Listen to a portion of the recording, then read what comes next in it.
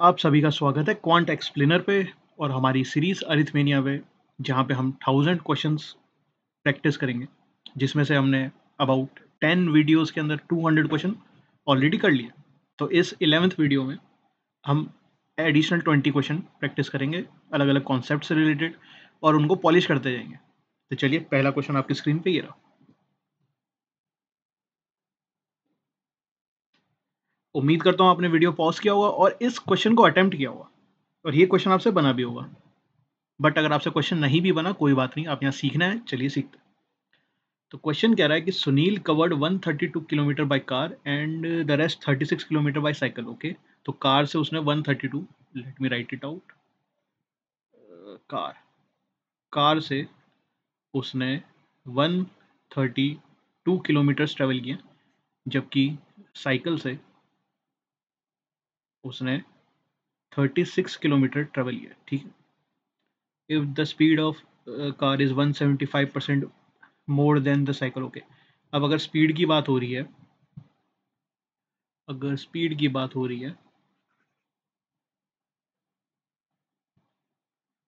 तो यहीं पे लिख देते हैं, ये तो डिस्टेंस है ना, इसको और अच्छे से लिख सकते हैं। कार और साइकिल, कार में आपने 132 किलोमीटर ट्रेवल किया और साइकिल में आपने 36 किलोमीटर ट्रेवल किया। ओके, तो इनकी स्पीड के बारे में क्या बोला है कि speed of car is 175% more than that of the cycle. अगर आपको 175% की वैल्यू पता है तो वेल एंड गुड, नहीं पता है तो 175% का जो फ्रैक्शन वैल्यू है वो है आपका 7/4। अगर आपको 7/4 बिल्कुल आउट ऑफ मेमोरी याद है तो बहुत ही अच्छी बात है, नहीं भी याद है कोई बात नहीं। अब 175% को 100 प्लस 75% लिख सकते हैं। जहाँ 100 आपका होता है 1, 100% 1 होता है एंड 75% का फ्रैक्शन वैल्यू 3/4। जस्ट इसको ऐड करिए, 1 प्लस 3/4 विल बी 7/4। तो 175% का फ्रैक्शन वैल्यू 7/4 हो जाएगा। अगेन डरने वाली बात नहीं है, कई ज़्यादातरों को 175 100% से कम तो सभी को याद होता है, पर उसके ऊपर जैसे ही जाते हो तो वहाँ दिक्कत आती है। तो आप ऐसा इसको तोड़ के कर सकते हो कैलकुलेट, उसमें शर्माने वाली कोई बात नहीं। तो मूविंग ऑन, तो बोला है कि कार की स्पीड 175% मोर है। तो 175% मोर का मतलब कार की स्पीड अगर 4 पार्ट है, तो साइक more than that of cycle. Okay okay okay, I read it wrong, गलत पढ़े हैं, कोई बात नहीं, सही टाइम पे समझ आ गया। साइकिल की स्पीड अगर 4 पार्ट है तो इससे 7 ज़्यादा, 7 पार्ट ज़्यादा कार की स्पीड होगी। 7 पार्ट ज़्यादा कितना हुआ, 4 प्लस 7 11 पार्ट। तो ये 11 पार्ट का है, तो ये 4 पार्ट का होगा। साइकिल 4 पार्ट, कार 11 पार्ट की स्पीड से ऑपरेट कर रहा है, चल रहा है। और इन्होंने इतना इतना डिस्टेंस लिया है। अब जरा मुझे इतना सा ही बताओ कि भैया 132 किलोमीटर कार चला 11 की स्पीड से, 11p की स्पीड से, और 36 किलोमीटर चला 4p की स्पीड से। आपने ऊपर लिया डिस्टेंस, नीचे लिया स्पीड। डिस्टेंस को स्पीड से करते हो तो क्या आता है, टाइम। इतना स्पीड लिया आपका किसने, 132/11p किसने लिया, कार ने। इस ये क्या 36/4p किसने लिया, साइकिल ने। अब इन दोनों को अगर मैं टोटल करूंगा, ये टाइम आ गया ना, time by car, time by cycle. तो टोटल टाइम कितना है, 3 घंटे 30 मिनट। 3 आवर 30 मिनट को आप आवर्स में अगर कन्वर्ट करोगे तो कितना आएगा, 3 आवर्स का 3 और 30 मिनट यानी हाफ, 3:1/2। इसको और सिंप्लीफाई करोगे तो 7/2। जस्ट इसको सिंपली आपको लिखना है, सॉल्व करना है। अब सॉल्व कैसे किया जाए, 11 12, ठीक है, ये 12 से कैंसिल हो गया। 11 टाइम्स 12 होता 132 और 4 का हो गया 9। बहुत ही बढ़िया, 9 और 11 21। कमज़ोर दिल वालों के लिए लिख देता हूँ भाई, 9 और 11 21। 21/p is equal to 7/2। अब 7 से ये 3 टाइम्स कैंसिल हो गया, 7 टाइम्स 3 21। और p की वैल्यू कितनी आ गई, 3 टाइम 2 6, 3 टाइम 2 6। p की वैल्यू अगर 6 है तो सवाल में क्या बोला है, स्पीड निकालनी है किसकी, कार की। अरे दोस्त मेरे, कार तेरी थी 11 पी की, पी की वैल्यू आई 6, तो 11 इंटू 666 की स्पीड किसकी हो गई किलोमीटर पर आवर में, कार की। इतना सा सवाल था, इसमें 1 मिनट का भी टाइम नहीं लगना चाहिए था कायदे से, वो तो समझाने में मेरे को लग रहा है इतना। तो उम्मीद करता हूँ ये समझ आया होगा, मैं इसको रिपीट भी नहीं करने वाला क्योंकि इसमें कुछ था ही नहीं। अगर आपको पहली बार में नहीं समझ आया तो मैं आपको इनकरेज करूंगा कि फिर से इसको देखो, समझो और अपना एक बार हाथ पैर चला के देखो, पेन चला के देखो। तो उम्मीद करता हूँ आपने अब दूसरी बार देखा होगा और समझ आ गया होगा।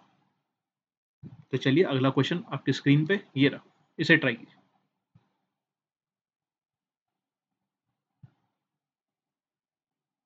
उम्मीद करता हूँ आपने वीडियो पॉज किया होगा और इस क्वेश्चन को अटेम्प्ट किया होगा और ये क्वेश्चन आपसे बना भी होगा। बट अगर नहीं भी बना कोई बात नहीं, आप यहाँ सीख रहे हैं, चलिए सीखते हैं। तो क्वेश्चन क्या कह रहा है, क्वेश्चन कह रहा है स्पीड ऑफ बोट, अच्छा डाउन स्ट्रीम। तो यार देखो, जब भी मेरा सिंपल सा फंडा है, जब भी ये कहते हैं डाउन स्ट्रीम अप स्ट्रीम यानी बोट एंड स्ट्रीम का क्वेश्चन आता है, मैं 4 चीज़ें पहले लिख देता हूँ, बोट, वाटर, अप और डाउन। क्योंकि इस चैप्टर में, इसे चैप्टर कहना चैप्टर कह लो, या इस बोट एंड स्ट्रीम में इन 4 के अलावा कुछ नहीं निकलना। इन्हीं 4 से कुछ ना कुछ या तो डिस्टेंस निकलवा लेगा, या स्पीड निकाल लेगा, या इन्हीं की स्पीड निकाल लेगा, या टाइम निकाल लेगा। इसके अलावा कुछ नहीं निकलना। तो इन्हीं 4 को पहले निकाल के रख लो, बाकी जो पूछता जाए भरते जाओ उसको। तो यहाँ क्या कह रहा है, speed of boat in down stream is 20% more than speed of boat in still water. Okay, 20% का फ्रैक्शनल वैल्यू फटाफट तेजी से, बहुत ही बढ़िया, 1/5, बहुत ही बढ़िया। अब तक तो याद रहना चाहिए, 11वां वीडियो चल रहा है।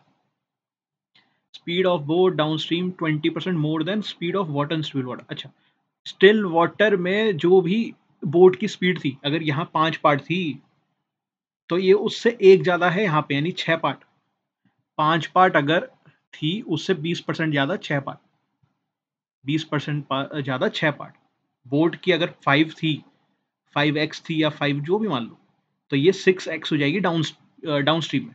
अगर 6x डाउन स्ट्रीम में है तो वाटर की स्पीड क्या होगी, x रही होगी, तभी तो 6x हुआ। Boat plus water is equal to downstream होता है। अच्छा, तो अगर 5x बोट की स्पीड खुद की है, x स्ट्रीम या वाटर की स्पीड है, तो अब स्ट्रीम कितना होगा, 4x होगा। अब जो भी वो पूछ रहा निकालते जाएंगे।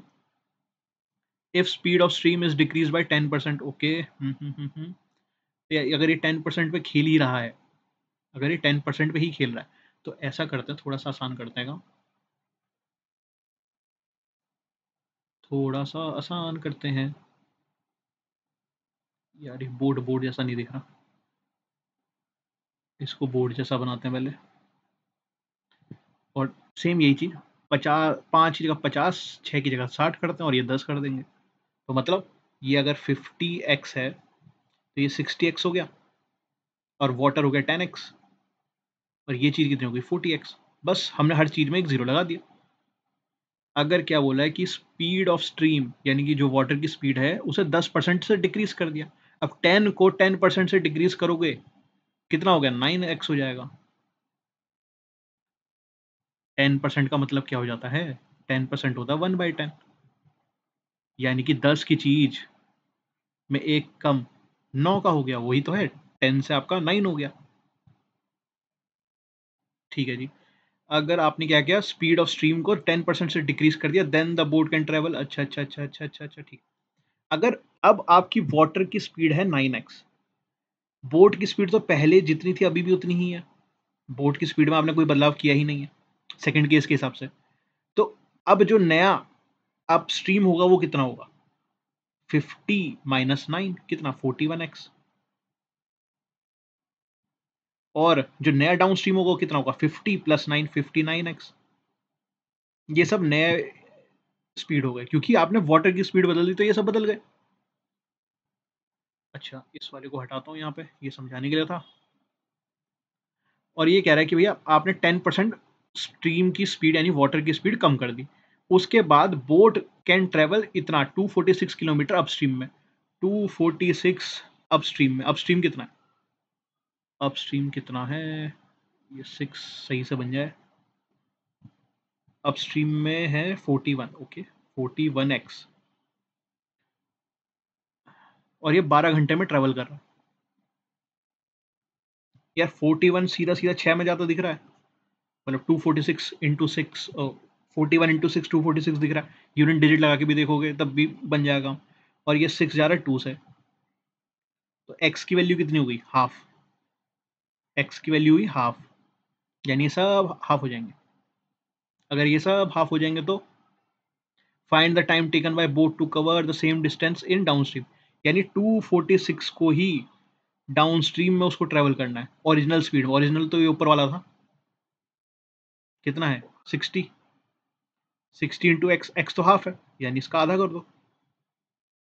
अब आधा करना ही आए हो तो यार देखो, ये हो गया 30, और 30 का ये 10, और ये 3 से जाएगा तो 8, 2, तो 82/10, जिसको प्यार से क्या लिखोगे 8.2, यानी 8.2 आवर्स लगेंगे, 8.2 आवर्स लगेंगे, 8.2 आवर्स लगेंगे। अगेन कुछ भी नहीं था इस क्वेश्चन में, बस यही जो मैं स्टार्टिंग में आपको फंडा बताया हूँ, बोट वाटर अप डाउन एक तरफ लिख दिया, उसी के अराउंड खेलना है आपको। अब कैसे खेलना है वो ही तो सीखना है वो दोस्त, और वही तो प्रैक्टिस करनी है आपको, तभी तो आप ये सीरीज देख रहे हो। अब ये बिल्कुल आपको समझना है कि बोट वाटर अप डाउन हम निकाले कैसे, ये हो क्या रहा है, तो वो तो एक फाउंडेशन कोर्स है, उसके लिए आपको फाउंडेशन करना है, उसके लिए आप ये सीरीज मत देखो, क्योंकि आपको यही नहीं पता कि अपस्ट्रीम डाउनस्ट्रीम होता क्या है। तो उस चीज़ के लिए ये कोर्स नहीं, ये पहले मैं क्लियर कर दूँ, ये एक प्रैक्टिस कोर्स है जिसमें आपको 1000 क्वेश्चन प्रैक्टिस करने को मिल रहा है। यहाँ से हर चीज़ बिल्कुल बेसिक तरीके से नहीं समझाई जा सकती। अगर आपको समझना है, आप यहाँ पे वीडियो के नीचे कमेंट डाल दो, मैं उसे रीड करूँगा। अगर मेरे को ज़्यादा रिस्पॉन्स मिले कि यार फाउंडेशन कराना है तो मैं कराऊंगा, नहीं तो मैं खुद सामने से रिकमेंड करूँ कि ढेर सारे आपको फाउंडेशन कोर्स यूट्यूब पे मिल जाएंगे, आपको प्रैक्टिस कोर्स यूट्यूब में नहीं मिलेंगे। तो उम्मीद करता हूँ आपको समझ आ रहा होगा। तो उम्मीद कर रहा हूँ ये क्वेश्चन आपको समझ आया होगा, आसान सा क्वेश्चन है, कुछ नहीं किया, खाली बोर्ड वाटर अप डाउन उनकी वैल्यू निकाली, 10% बोला था, सबके पीछे 0 लगाया, जो नई वाटर की स्पीड थी उसके हिसाब से फिर गेम खेले, क्योंकि बोट की स्पीड तो चेंज नहीं हुई, खाली स्ट्रीम ऑफ वाटर चेंज हुआ है, स्पीड ऑफ स्ट्रीम चेंज हुआ है, यानी वाटर की स्पीड चेंज हुई है, उसके हिसाब से अप और डाउन चेंज हुए। जब अप डाउन चेंज हुए तो उसने कहा कि भैया अप में 12 घंटे लेता है 246 ट्रैवल करने में, अगर 246 ट्रैवल करने में 12 घंटे ले रहा है तो भाई कितना टाइम, मतलब एक्स की वैल्यू क्या आएगी, क्योंकि आपके जो नई स्ट्रीम की वजह से स्पीड आई है वो 41x था, तो आप वहां से एक्स की वैल्यू निकाल सकते हो, एक्स की वैल्यू वहां से आपको हाफ मिली। अब अगर एफ की वैल्यू, तो एक्स की वैल्यू हाफ मिली, वो तो एक्स तो सब जगह सेम ही है, तो ओरिजिनल स्पीड भी आप निकाल सकते हो। आप ओरिजिनल स्पीड कैसे निकालोगे, क्योंकि ये एक्स तो सारे यूनिट्स में, हमें नहीं पता ना एक्स क्या है, मतलब हमें आप समझ रहे हो क्या कह रहा हूँ। अब एक्स आपको यहाँ 30 मिला, ये 40 मिला, ये 5 मिला, ये हाफ हो गया ना, 25 हो गया। अब इसके हिसाब से उसने कहा कि 246 किलोमीटर आपने ट्रेवल किया, किस में, ओरिजिनल स्पीड में, ओरिजिनल 60x है, 60x हुआ हाफ, फिर काटी पिटी मचाई, मिला 82/10। अब 82 को 10 से आप डिवाइड कर सकते हो बड़े प्यार से, उसके लिए कोई ट्रिक भी नहीं चाहिए, खाली एक डेसिमल लगाना है 8 और 2 के बीच में, और ये आपको आर्स में मिल गया, और वही हमारा आंसर है। तो उम्मीद करता हूँ ये समझ आया, नहीं आया तो फिर से देखो, हाथ पैर चलाओ, पेन चलाओ, खुद से ट्राई करो, जरूर समझ आएगा। तो चलो अगला क्वेश्चन आपकी स्क्रीन पे ये रहा।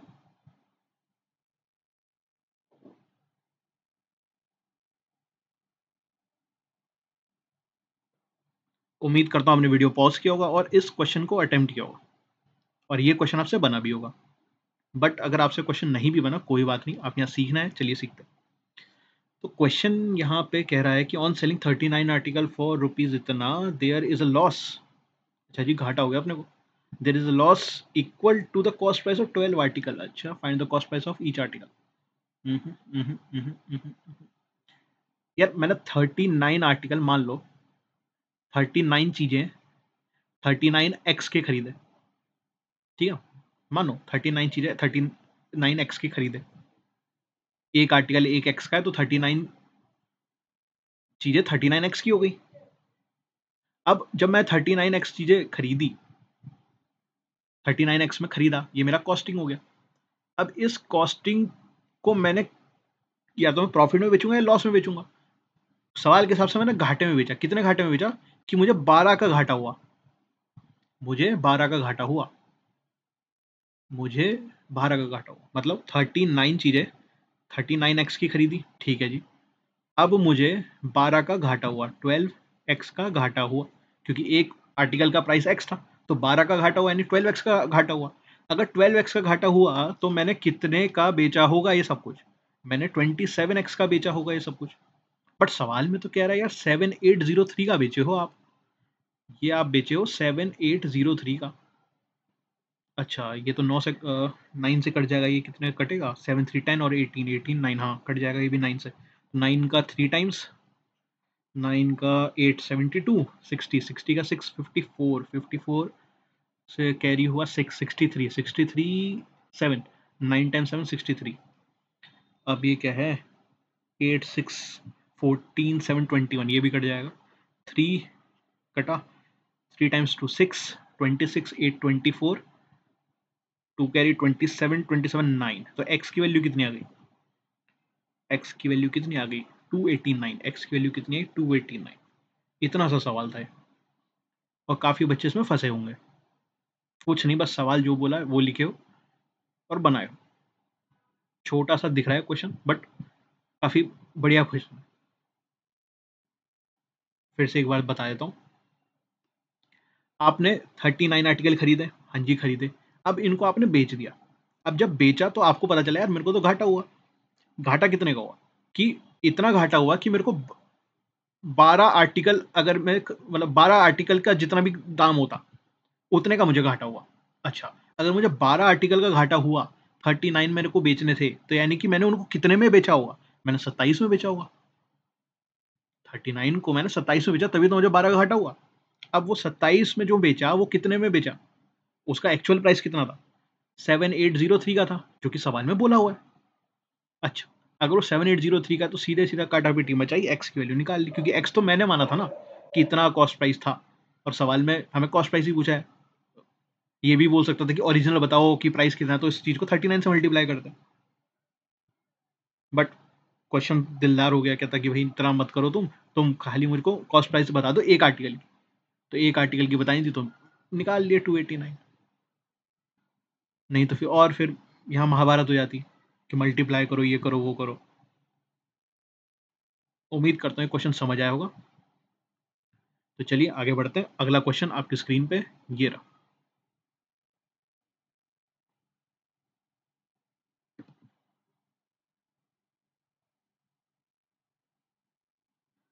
उम्मीद करता हूँ आपने वीडियो पॉज किया होगा और इस क्वेश्चन को अटेम्प्ट किया होगा, और ये क्वेश्चन आपसे बना भी होगा। बट अगर आपसे क्वेश्चन नहीं भी बना कोई बात नहीं, आप यहाँ सीखना है, चलिए सीखते हैं। तो क्वेश्चन कह रहा है income of Ritesh is 3000 more than that of Mahak. अच्छा जी, if both of them spend इतना percent of their respective incomes, then find the difference between the saving of Ritesh and Mahak. अच्छा जी, अच्छा जी, अच्छा जी। अब जरा मेरे को ध्यान से बताना। पहले तो आपको ये बताना चाहिए कि जो इनकम होता है वो इसको थोड़ा सा ऐसे नीचे लिखता हूँ। इनकम जो होता है वो एक्सपेंस और सेविंग का टोटल होता है। मतलब इनकम आप दो ही हिस्सों में जाता है, या तो आप उसको खर्च करते हो, या तो आप इसको ऐसा ना लिखें, ऐसे लिख दूँ, income is equal to expense plus saving, ऐसे लिख देता हूँ, ज़्यादा बढ़िया रहेगा,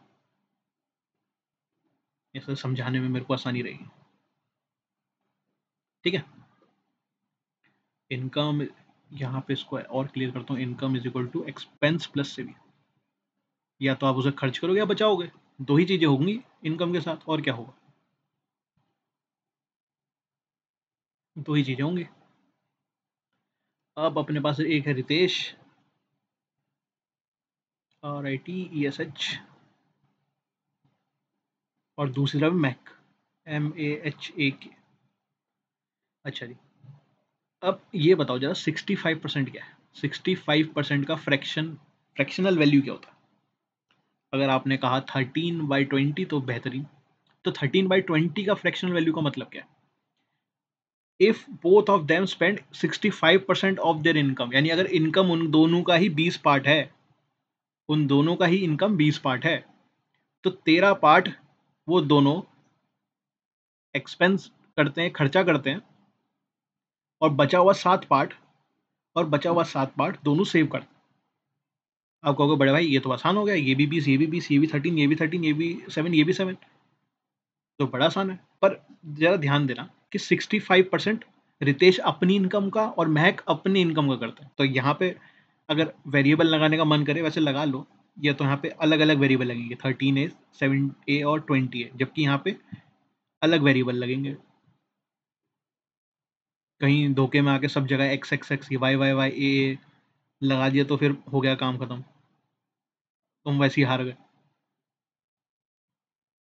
बट यहाँ देखने वाली बात एक ये है कि मुझे पता है कि रितेश की इनकम महक से कितनी ज़्यादा है, 3,000 ज़्यादा।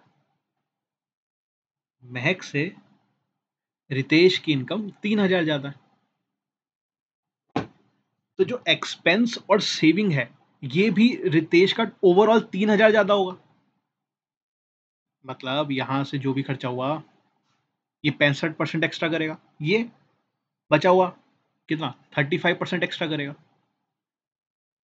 तो हमें क्या बोला, find the difference between saving. तो सीधे सीधे मैं यहाँ पे 35% ऑफ इतना कुछ करने के बजाय मैं सीधे सीधे यहाँ बोल दूं कि 35% ऑफ 3,000, 35% ऑफ 3,000 मैं निकालूंगा। ये क्या होगा, डिफरेंस होगा। डिफरेंस होगा, किस चीज का डिफरेंस होगा, difference between saving of Ritesh and Mahak. मतलब आपका कितना हो गया, 7/20 इंटू 3,000, 0 0, ये गया 150, 157, 157,105, और लास्ट में एक जीरो। इतना सा आंसर है आपका 1050, 1050। नहीं समझ आया, चलो कोई नहीं।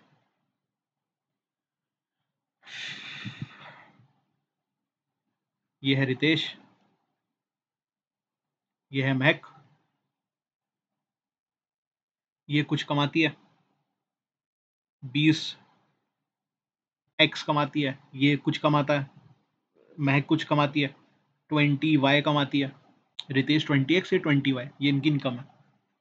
अब ये एक्सपेंस कितना करता है भैया, 20x का 65% कितना हो गया 13x। ये कितना खर्चा करता है, ये करता है 13y। तो अगर 20x की इनकम है, 13x खर्चा है, तो सेविंग कितने की होगी, सेविंग इसकी हो जाएगी 7x, सेविंग इसकी हो जाएगी 7y।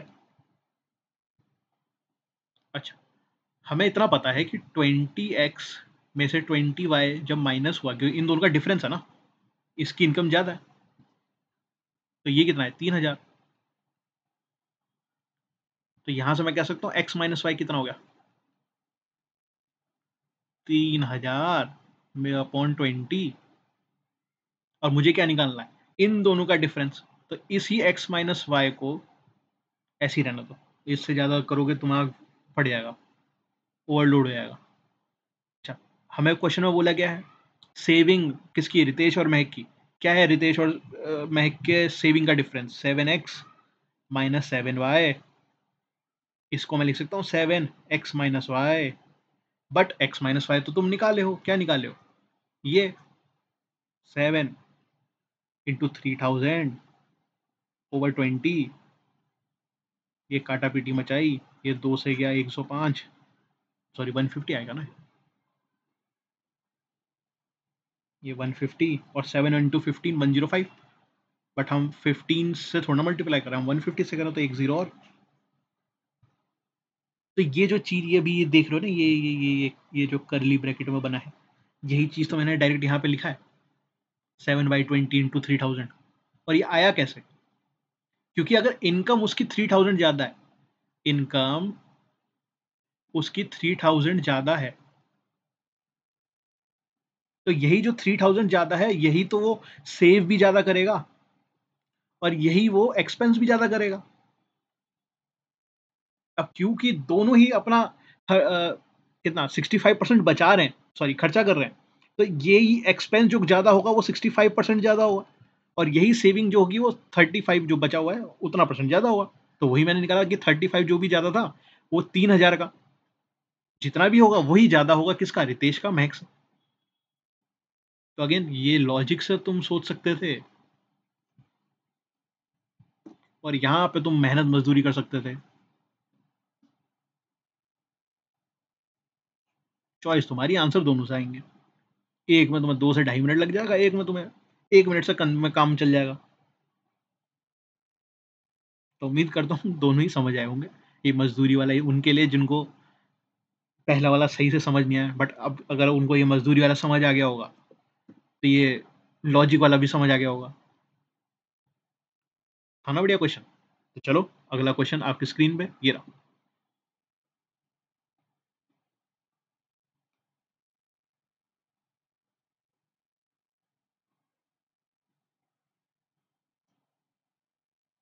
उम्मीद करता हूँ आपने वीडियो पॉज किया होगा और इस क्वेश्चन को अटेम्प्ट किया होगा और ये क्वेश्चन आपसे बना भी होगा, बट अगर नहीं भी बना कोई बात नहीं, आप सीखना है, चलो सीखते हैं।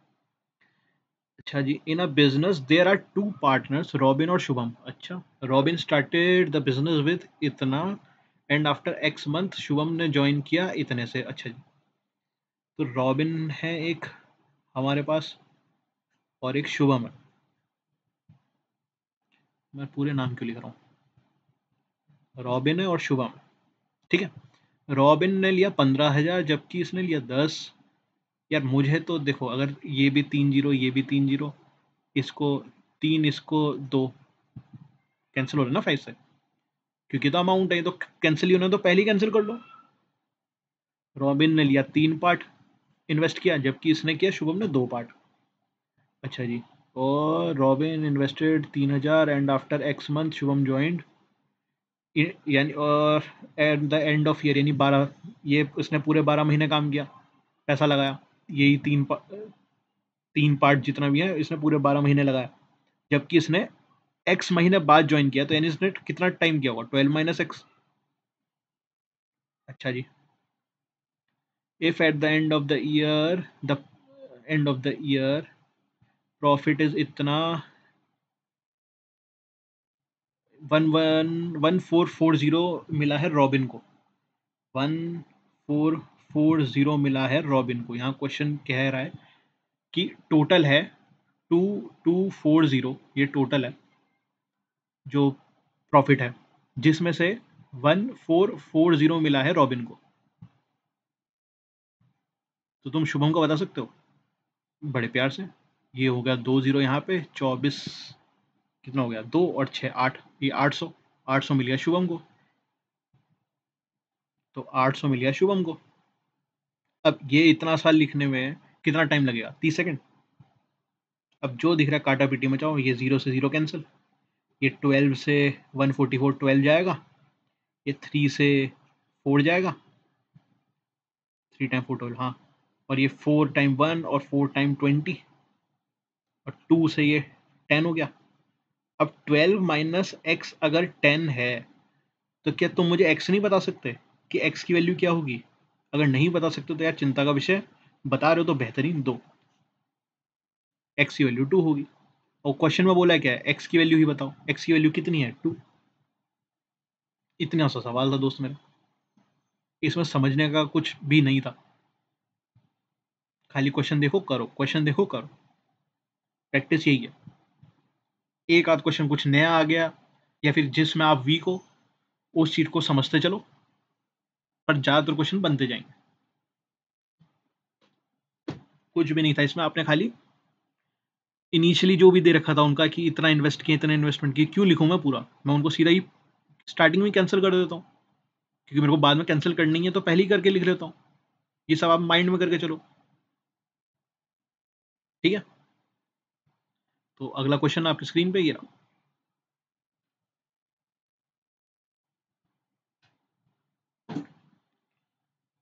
उम्मीद करता हूँ आपने वीडियो पॉज किया होगा और इस क्वेश्चन को अटेम्प्ट किया होगा, और ये क्वेश्चन आपसे बना भी होगा। बट अगर नहीं भी बना कोई बात नहीं, आप यहाँ सीखना है, चलिए सीखते हैं। The present age of Ravi is 10% less than that of Vipul. अच्छा जी, 15 years from now the ratio इतना, फाइंड द एज। अरे यार, मैं उम्मीद करके चल रहा हूँ सबने बनाया होगा, क्योंकि अगर आपने मेरे पिछले 10 वीडियो देखे हैं तो ये क्वेश्चन आपसे बनना चाहिए। अगर पहला बार देख रहे हो कोई बात नहीं, समझाऊंगा तो सही में, बट जो कंटिन्यूस उसमें देख रहे हैं मैनर में कि सारे अभी तक वीडियो देखते हैं, उनसे तो ये बन जाना चाहिए, और उनको ये बिल्कुल बच्चों वाला सवाल लग रहा होगा अभी के लिए। और जो नए हैं, जिनको इस बारे में ज़्यादा नहीं पता है इस टाइप के क्वेश्चन कैसे करने हैं, उनके लिए शायद थोड़ा सा ये रहा होगा टफ, है मुश्किल नहीं, पर थोड़ा सा उनको इक्वेशन बनाने की जरूरत पड़ी हो। चलो देखते हैं लॉजिक वाली अप्रोच।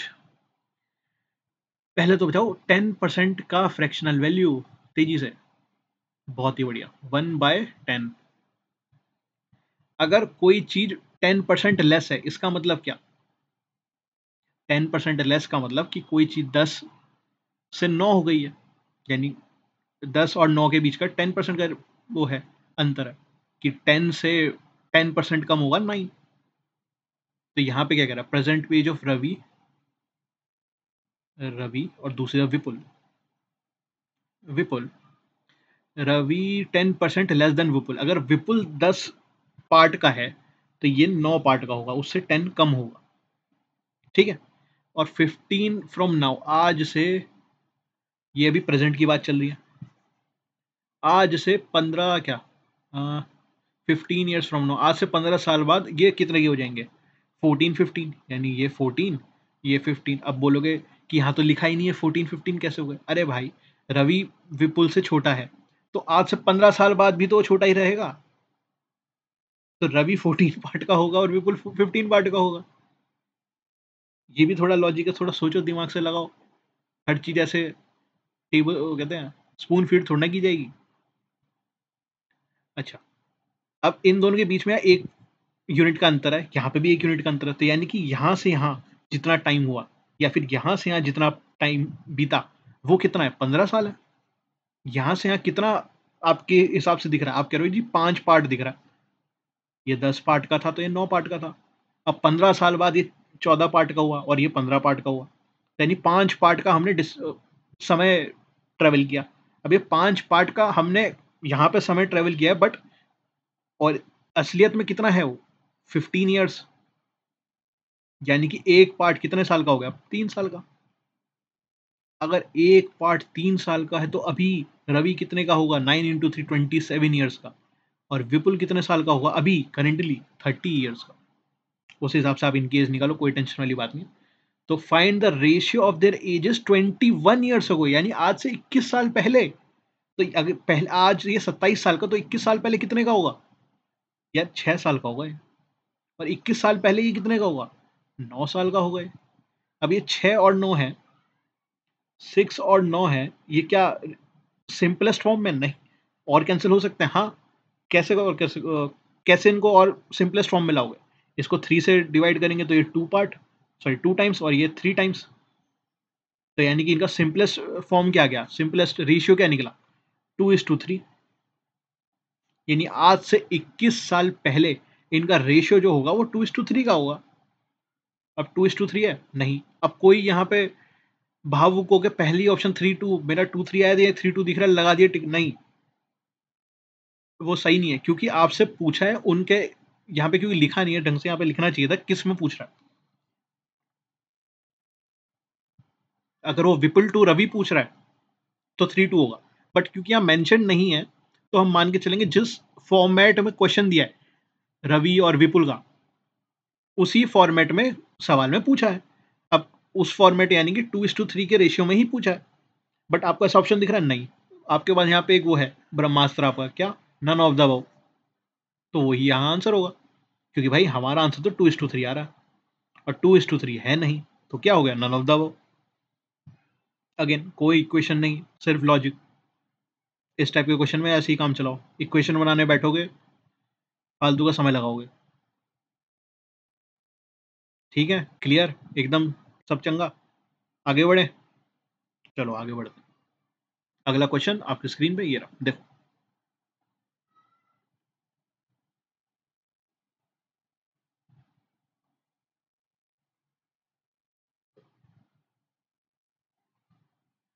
अच्छा जी, उम्मीद करता हूँ आपने ये वीडियो पॉज किया होगा और इस क्वेश्चन को अटेम्प्ट किया होगा और ये क्वेश्चन आपसे बना भी होगा। बट अगर आपसे क्वेश्चन नहीं भी बना कोई बात नहीं, आप यहाँ सीखना है, चलो सीखते हैं। अब ये क्वेश्चन जो मुझे दिख रहा है, इस टाइप का क्वेश्चन आपके पीओ एग्जामिनेशंस में या फिर आरबीआई ग्रेड बी का जो प्रिलिमिनरी एग्जाम होता है जिसमें क्वांट पूछी जाती है, उधर या कहीं भूले बसरे कहीं मेंस में कहीं दिख गया, क्योंकि अच्छा सवाल। इस टाइप के बच्चे जब भी क्वेश्चन देते हो छोड़ के आते हैं, अगर प्री में आ गया तो पक्का छोड़ के आएंगे, क्योंकि इस टाइप के क्वेश्चन प्रैक्टिस करते ही नहीं कि भाई इतने नंबर ये बढ़ गया, नहीं करना, पढ़ा ही नहीं है, नंबर सिस्टम है, नहीं करना। बट ये सबसे आसान टाइप के क्वेश्चन होते हैं, तो देखते हैं क्या क्या रहा है। When 162 is added to 3 digit number, अच्छा जी, the number becomes 140% of itself। अच्छा, 140% ऑफ itself का मतलब अगर वो पहले 100% था, कोई भी चीज अपने खुद की क्या होती है 100% होती है, और वो 140 हो गई, तो क्या यार इन दोनों के बीच का रेशियो बता सकते हो? मतलब 20 से अगर मैं कैंसिल करूंगा क्या आएगा, 20 टाइम्स 5, 20 टाइम्स 7, यानी 5 की चीज 7 हो गई। अच्छा, तो इससे मदद क्या मिली? जब आपने मान लो एक 3 डिजिट नंबर है कैपिटल ए, ये 3 डिजिट है, इसमें 3 डिजिट है, मैंने इसको खाली ए लिखा है, समझ जाओ। ए में जब मैंने 162 ऐड किया, ए में मैंने 162 ऐड किया, ए में मैंने 162 ऐड किया, तो ये अपने आप का 140 हो गया, यानी पहले 100% था, यानी 5 था, अब 140 हो गया, यानी 7 हो गया, 5 से 7 हो गया। अच्छा, यहाँ पे आपको कितना का ग्रोथ दिख रहा है? 2 पार्ट का, बट यही 2 पार्ट का कितना है, यहाँ से यहाँ का अंतर कितना है? 162। अच्छा, तो एक पार्ट कितना हो गया? 81 का। अच्छा, अगर एक पार्ट 81 का है, इधर भी पार्ट लिख लो यार, कमजोर दिल वालों। तो 5 पार्ट कितने हो गए? 5 पार्ट हो गए अभी 5, 87, सॉरी 8540, 405। तो जो नंबर है वो आपका 405 है, 3 डिजिट नंबर। देखा कितने आसानी से हो गया है? जो जो 3 डिजिट नंबर था वो 405 था। अब क्वेश्चन में क्या ही कह रहा है, वो सम ऑफ डिजिट निकालनी है दोस्त। सम ऑफ डिजिट कैसे निकलेगी? 4 + 0 + 5 कितना हो गया? 9। 4 + 0 + 5, ये हो गया 9। ये हो गया 9। अब सम ऑफ डिजिट 9 कहाँ है? ये रहा जी, यही आपका आंसर है। कुछ भी नहीं था इसमें, और इस चीज को प्रिलिमिनरी एग्जामिनेशन में बच्चे छोड़ के आते, लिख के देना छोड़ के आते, कहते कौन ही करेगा इसको, आगे बढ़ो अगला करते हैं। वो स्पीड, डिस्टेंस, टाइम या फिर दूसरा कुछ उठा लेते जो जो लेंदी पड़ता है इससे, पर इसको छोड़ के आते हैं। और जब बाद में आके देख ले कि भैया प्रीवियस ईयर में क्या पूछा गया था, पिछले साल क्या पूछा गया था, मतलब अगले साल जब देखते प्रीवियस ईयर में क्या था, वो कहते यार इतना आसान क्वेश्चन बच्चे को वो किया नहीं है। तो सारे क्वेश्चन ढंग से देखो, समझो, अप्लाई करो और आगे बढ़ो। तो उम्मीद करता हूँ समझ आया, कुछ नहीं था इसमें। एक बार फिर समझा देता हूँ, क्योंकि आधे ऐसी हवा बना के बैठे होते हैं। एक 3 डिजिट नंबर था जी, 3 डिजिट नंबर मैंने ए मान लिया। उस 3 डिजिट में जब मैंने 162 जोड़ा, तो वो अपने आप का 140% बन गया, अपने आप का 100% का 140 बन गया। यार मैंने कहा कि 100 का 140,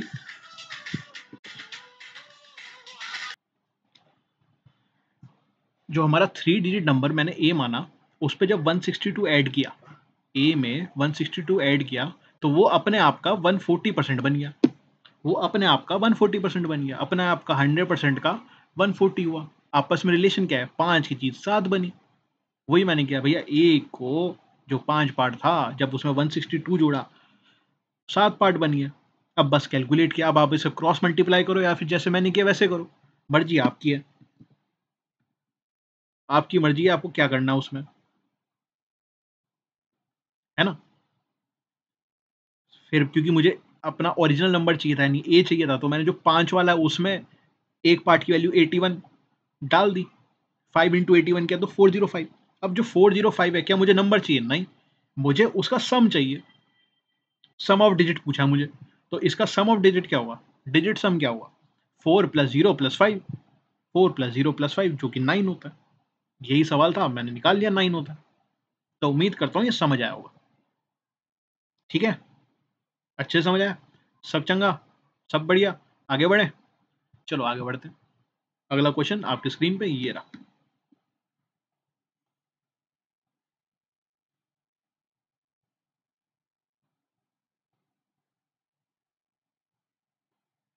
उम्मीद करता हूँ आपने वीडियो पॉज किया होगा और इस क्वेश्चन को अटेम्प्ट किया होगा, और ये क्वेश्चन आपसे बना भी होगा।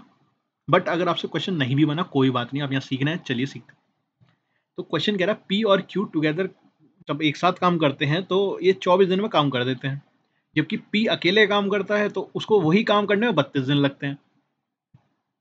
अच्छा जी, तो जो मेरे दिमाग में आ रहा है, पहले तो चलो ट्रेडिशनल दिखा देता हूँ। पी और क्यू दोनों 32 दिन में काम करते हैं, और दोनों 24 दिन में करते हैं। 32 कहाँ से, 32 तो पी अगर लोन करता है ना। पी और क्यू दोनों 24 डेज में काम करते हैं। पी अलोन अकेले 32 डेज में काम करता है। अब इसका एलसीएम निकालना पड़ेगा। 32, 24, 6, 4, 4 से आएगा 6, 4 से आएगा 8, 2 से आएगा 3, 2 से आएगा 4, क्या हो गया 96। तो दोनों का 96 आ गया। 96 कैसे,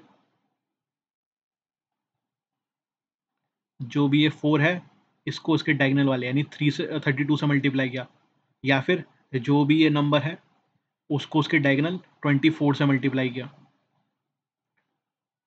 तो आपको 96 मिल गया। 96 मिलने का मतलब अगेन 32 को 3 से मल्टीप्लाई करोगे तो 96 बनता है, 24 को 4 से मल्टीप्लाई करोगे तो 96 बनता है। ये इनकी क्या आ गई, एफिशिएंसी आ गई, एफिशिएंसी आ गई। यानी कि पी अकेला 3 की एफिशिएंसी से, जबकि पी और क्यू मिलके 4 की एफिशिएंसी से। पी अकेला 3 की एफिशिएंसी से, पी और 4 मिलके 4 की एफिशिएंसी, तो क्यू की एफिशिएंसी 1 है। अगर क्यू 1 यूनिट का काम करता है एक दिन में, तो 96 यूनिट का काम करने में उसको कितना समय लगेगा, 96 डेज लगेंगे। क्यू अकेला 96 डेज में काम करेगा वो, है ना। If Q starts the work and is joined by P after 60 days. अच्छा, अब क्या कह रहा है कि ये हिसाब बन गया कि ये भैया अकेला इतने दिन में करेगा, ये इतने दिन में करेगा, दोनों मिलके ये इतने दिन में करेंगे। फिर ये कह रहा है क्यू ने भैया काम करना शुरू किया और 60 दिन के बाद पी ने उसको ज्वाइन किया, तो 60 दिन तक तो क्यू एक की एफिशिएंसी से काम करेगा, यानी रोज 1 यूनिट काम करेगा, तो 60 डेज तक 60 यूनिट का काम करेगा। काम था टोटल 96 यूनिट का, तो बचा कितना, बचा कितना, बचा 36 यूनिट का काम। अब 36 यूनिट का काम कौन कर रहा है, 36 यूनिट का काम पी और क्यू दोनों कर रहे हैं। और जब पी और क्यू दोनों करते हैं तो दोनों मिलके 4 यूनिट का काम करते हैं। अब 4 यूनिट का काम अगर एक दिन में करना है तो 36 यूनिट का काम, 36 यूनिट का काम कितने दिन में होगा, 9 डेज में होगा, 9 डेज में होगा, ये 9 डेज में होगा। तो यानी इनिशियली स्टार्टिंग में 60 दिन तक अकेला क्यू चला, अकेले चलो रे। उसके बाद 9 दिन पी और क्यू ने मिलके किया, और पूरा काम कब हुआ, 60 + 9, 69 डेज में हो गया। 69 डेज में पूरा काम हो गया। और बोला क्या है, then in how many days total work will be completed, total काम कितने दिनों में होगा, 69 डेज में। क्योंकि 60 डेज तो भाई खाली क्यू ने ही लिया, इनिशियली 60 डेज क्यू ने लिया और उसने 60 यूनिट काम किया। टोटल काम था 36 यूनिट का, टोटल काम था 96 यूनिट का, टोटल काम था 96 यूनिट का, टोटल काम था 96 यूनिट का, 96 यूनिट का टोटल काम, 60 यूनिट का काम किया अकेले क्यू ने, तो बचा कितना, 36 यूनिट का काम।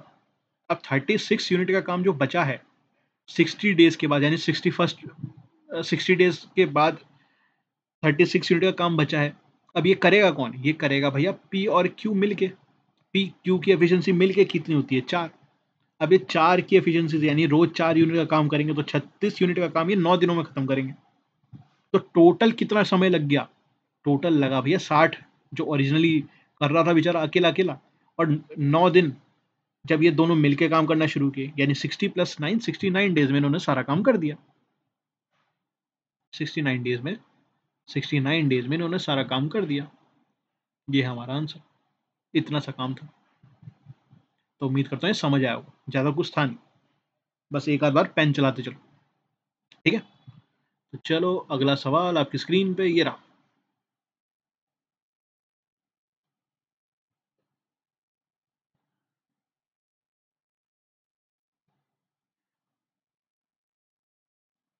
उम्मीद करता हूँ हमने वीडियो पॉज किया होगा। और ये क्वेश्चन तो भाई आपका मेंसुरेशन का है, तो ये तो तुमने करना नहीं है, ये क्वेश्चन तो तुमने करना नहीं है, ये इसको तो देखते ही स्किप, है ना। तो कर लिया तो अच्छी बात है, नहीं किया तो आओ सीखो, इसमें तो सीखना ही है तुमने। The radius and height of cone, अच्छा जी, कोन के बारे में बोला है, इतना है रेडियस, कोन है रेडियस एक्स दे रखा है, जबकि हाइट कितनी दे रखी है, x+7। ठीक है जी। If the curve surface area of cone is इतना सेंटीमीटर स्क्वायर है ये, एंड स्लांट हाइट कोन, अरे वाह, एल भी दे रखा है, एल भी दे रखा है 13।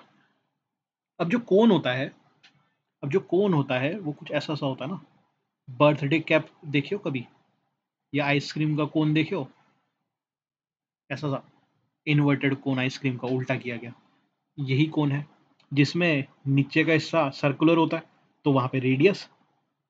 अब ये एक सेंटर है, इससे जो सबसे ऊपर का पॉइंट है, इसको तुम कहते हो हाइट, एच।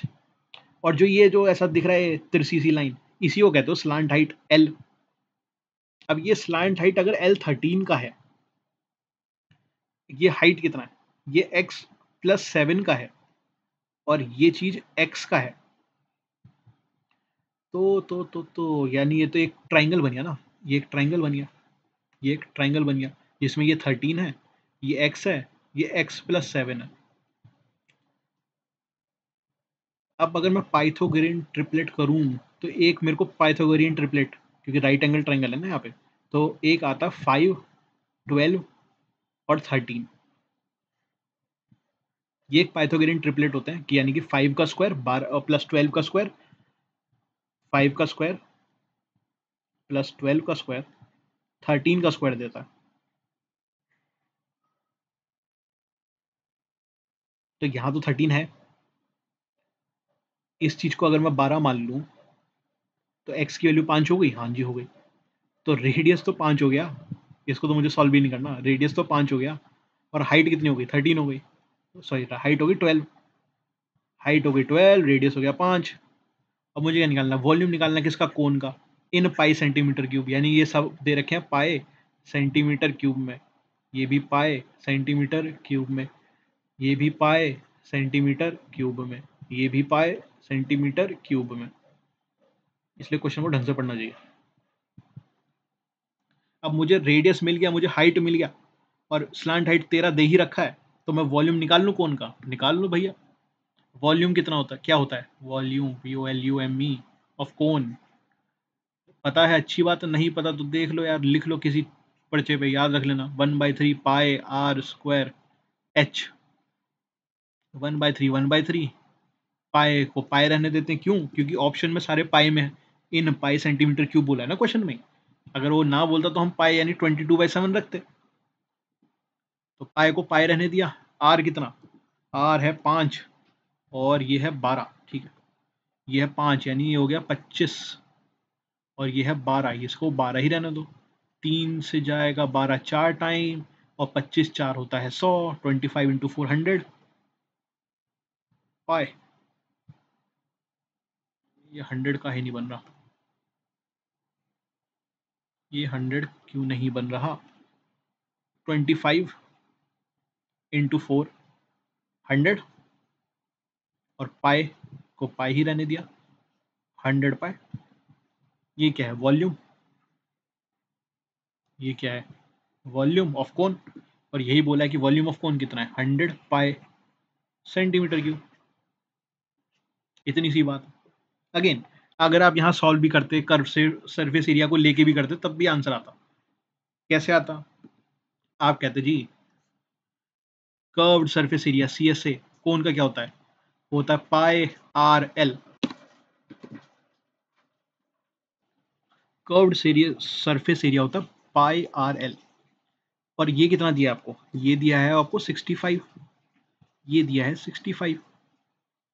पाई होता है 22/7, पाई होता है 22/7। आर कितना दिया है, आर दिया है एक्स, आर दिया है एक्स। और एल कितना है, एल कितना है, एल है 13, एल दिया है 13। अगेन इसको भी आप सॉल्व कर सकते थे।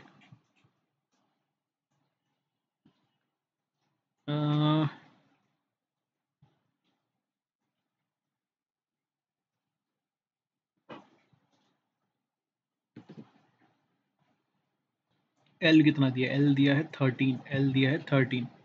तो ये कैंसिल हो सकता है 13 का 5 टाइम्स, ये 5 आ गया। एक्स कितना हो गया,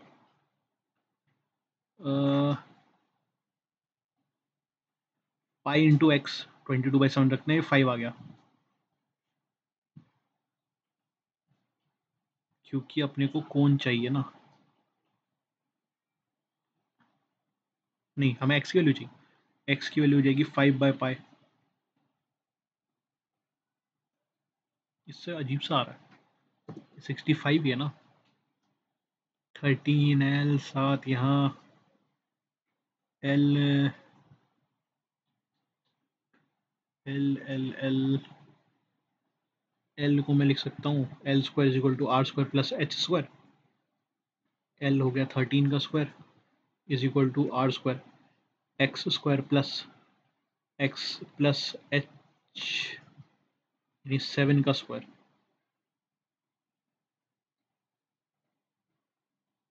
ऐसे जाना पड़ेगा इसके लिए तो, क्योंकि यहाँ पे अजीब सा ही जा रहा है, नहीं तो ये 13 169 is equal to x square plus 7 to 14, 14x plus 49। तो इस पूरे को सॉल्व करोगे क्या आएगा, 2x² प्लस 14x, 49 इधर, 144, 49 144, क्या मजाक कर रहा हूँ, 120। तो इसको लिख सकता हूँ x² plus 7x is equal to 60, 2 से, है ना, हाँ, जो कि हो जाएगा x प्लस 7 इक्वल टू 60।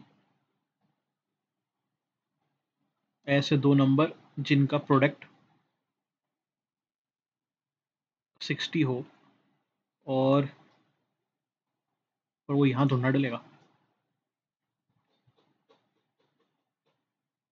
ये तो पाइथागोरन ट्रिपलेटी बना दी मैंने, ये तो पाइथागोरन ट्रिपलेटी बना दी है। तो इस कर्व्ड सरफेस एरिया वाले से करोगे तो दिक्कत पड़ सकती है, क्योंकि यहाँ देखो 65 फिर 22/7 अजीब वगैरह भी निकलेगा, एक्स की वैल्यू निकालोगे, फिर एक्स से तुम्हें क्या, एक्स प्लस 7 यानी ये तो रेडियस निकल गया, फिर हाइट निकालनी होगी, तो वहाँ पे खाली मथाखोरी होगी। और मैं उस पर पढ़ने भी नहीं वाला, अगर तुम्हें करना है एज एन होमवर्क कर लो, कोई टेंशन वाली बात नहीं है। कमेंट सेक्शन में आके बताना कि तुमने C S curved surface area से कैसे निकाला है। बट मैं एग्जामिनेशन में होता, मैं भी कसम से यही लगा के आता कि मुझे दिख रहा है पाइथागोरन ट्रिपलेट जिंदाबाद, लगाया, सब निकल गया, 13 5 12। फिर मेरे को फॉर्मूला भी याद है कि कौन का फॉर्मूला वॉल्यूम क्या होता है, उधर लगाया, 100 पाई निकाला, आंसर बनाया, आगे बढ़ा। उतना आगे बढ़ना ही नहीं है, मतलब इतना उसमें जाना ही नहीं है। जब बन सकता है ये 1 मिनट से कम में बन जाएगा इस तरीके से, तो मैं उसको इतना लंबा काहे लेके जाऊँ। उम्मीद करता हूँ समझ आया होगा। चलो अगला क्वेश्चन देखो भैया, करो।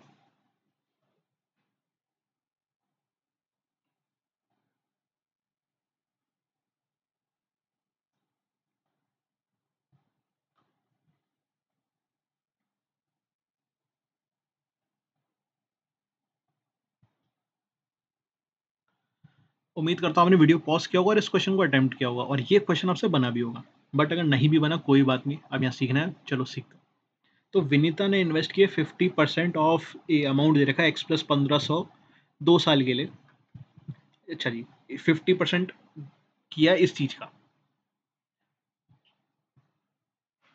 2 साल के लिए किया 10% कंपाउंड इंटरेस्ट पे, और जो बचा हुआ है यानी बचा हुआ 50% उसने 2 साल सिंपल इंटरेस्ट पे लगा दिया। अच्छा जी, if she receive 3,000 as a simple interest at the end of 2 year, 2 साल बाद उसको सिंपल इंटरेस्ट पे 3,000 रुपए मिले, तो बताओ कि कंपाउंड इंटरेस्ट में उसको कितना मिला होगा। तो पहले तो अगर मैं होता, मैं तो इसको ये नहीं लेता, मैं इसको ये ना लेके कहता कि ये मान लो ये 100% है। अब ये अगर 100% है तो 50% आपने किस में लगाए, आपने लगाया कंपाउंड इंटरेस्ट में, और जो बचे हुए 50% है वो आपने लगाया सिंपल इंटरेस्ट में। अब जो 50% आपने सिंपल इंटरेस्ट पे लगाया है वो 2 साल के लिए लगाया है इसके हिसाब से। अब ये जो वैल्यू दिख रही है 14.28, किसके दिमाग में चमका कि इसकी फ्रैक्शन वैल्यू कितनी होती है 1/7। तो अगर 50% भी आपका हाफ होता है तो हाफ ही लिख लो यार, इसकी भी फ्रैक्शन वैल्यू हाफ होती है ना। हाफ को आपने 2 साल के लिए 1/7 के हिसाब से लगाया है, परसेंट ही लिख लो ज़्यादा बेटर है, 100% निकालना आसान हो जाएगा।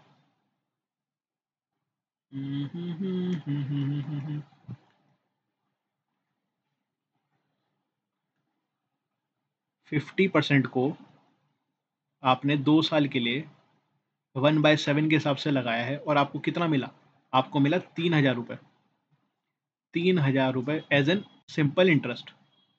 तो 50% अमाउंट कितना होगा, 50% कितना होगा, 2 से ये गया 15 के पीछे 20, और 15 इंटू 7 105, उसके पीछे 20, तो 50% तो इतना हो गया, 50% इतना रहा होगा।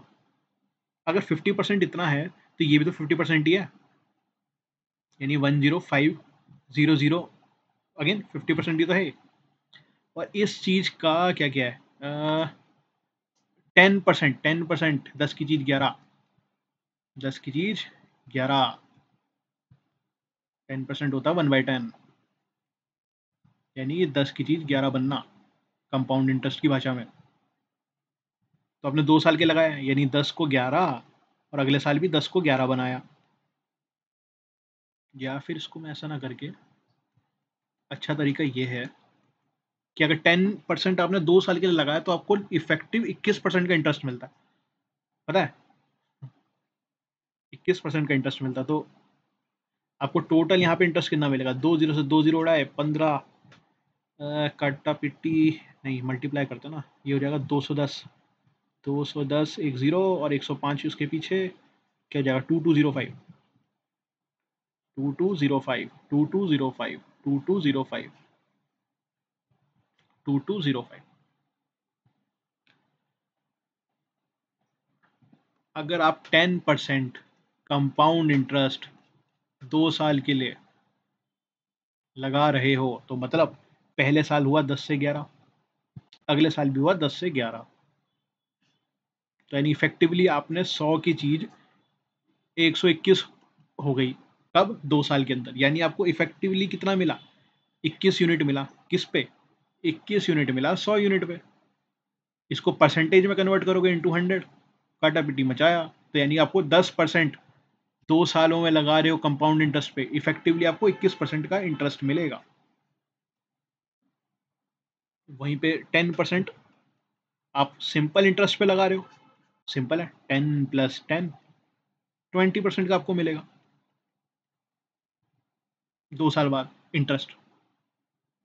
तो वही चीज मैंने यहाँ लगाई कि भैया 21% सीधा लिख दिया, क्योंकि मुझे तो 50% आधा करना था ना। अब यहाँ पे अगर मैं इस वेरिएबल को लेके जाता x प्लस 1500 और इस पूरे चीज को सॉल्व करता, फिर x निकालता, उसके बाद फिर x की वैल्यू डालता, तब तो भैया हो गया ना टाटा बाय बाय। इसलिए मैं उधर जाऊंगा ही नहीं, क्योंकि मुझे x की जरूरत दिख ही नहीं रही यहाँ पे। जब x की जरूरत है ही नहीं तो मैं क्यों डालूं और अपना समय बर्बाद करूं उसको ढूंढने के लिए जिसकी जरूरत ही नहीं है। तो उम्मीद करता हूँ ये समझ आया होगा, और ये काफी अच्छा क्वेश्चन था। तो मैं ये भी रिकमेंड करूंगा आपको कि इस क्वेश्चन को 3-4 दिन बाद फिर से देखना है, करना जो मर्जी करना, बट एक बार हाथ पैर जरूर चलाना इसको 3-4 दिन बाद, क्योंकि अच्छा सवाल था। ठीक है, तो चलो आगे क्वेश्चन अगला आपकी स्क्रीन पे ये रहा।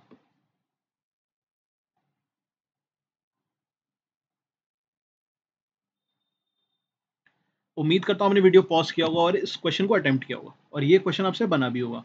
बट अगर आपसे क्वेश्चन नहीं भी बना कोई बात नहीं, आप यहाँ सीखना है, चलिए सीखते हैं।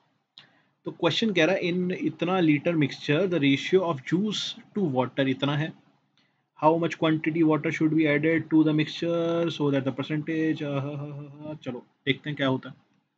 हमारे पास 1080 लीटर का सॉल्यूशन, मिक्सचर मिक्सचर सॉल्यूशन जो भी मानो, इसमें जूस है, कुछ वाटर है, किस रेशियो में है, 5:4 के रेशियो में है।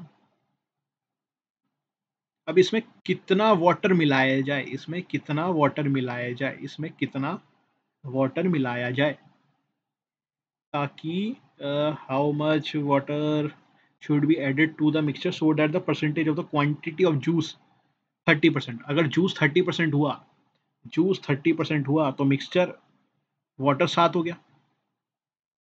साफ सीधी बात है, इसमें आपने जितना जोड़ा वो हो गया। अच्छा जी, अब जरा मुझे ये बताओ कि जूस तो आपने कुछ चेंज नहीं किया, आपने जो भी जोड़ा घटाया वाटर में किया, आपने वाटर ही तो जोड़ा है, तो वाटर चेंज हुआ है, जूस चेंज नहीं हुआ। पर यहाँ तो जूस चेंज हो गया, 5 से 3 हो गया, इसको बराबर कर दें, कर दो। 5 को, चलो 5 को 3 से करते हैं, 15 हो गया। अगर यहाँ 3 से मल्टीप्लाई किया तो इसको भी 3 से करो, 12। अच्छा, अब 3 को 15 बनाने के लिए इसको क्या करना होगा, इसको भैया 5 से करना पड़ेगा, ये हो गया 15। अगर यहाँ 5 से मल्टीप्लाई किया तो इधर भी करो, 35। अच्छा जी, अब ये कितना हुआ, ये 12 से 35 हो गया, 12 से 35 हुआ, 12 से 35 हुआ तो कितना हुआ, 3 और 2 23, 23 यूनिट आपने एक्स्ट्रा किया, 23 पार्ट। कमजोर दिल वालों के लिए लो भैया, लो पार्ट लिख लो, ये 23 पार्ट आपने इंक्रीज किया। अब ये जो 23 पार्ट इंक्रीज किया, यही है आपका amount of water, the quantity of water जो आपने ऐड किया है। अब ये 23 पार्ट ऐड किया है, ये 23 पार्ट की वैल्यू क्या है। आपने कहा कि यार इनिशियली मेरे पास 15 और 12 पार्ट था, यानी टोटल कितना था, टोटल मेरे पास था 27 पार्ट।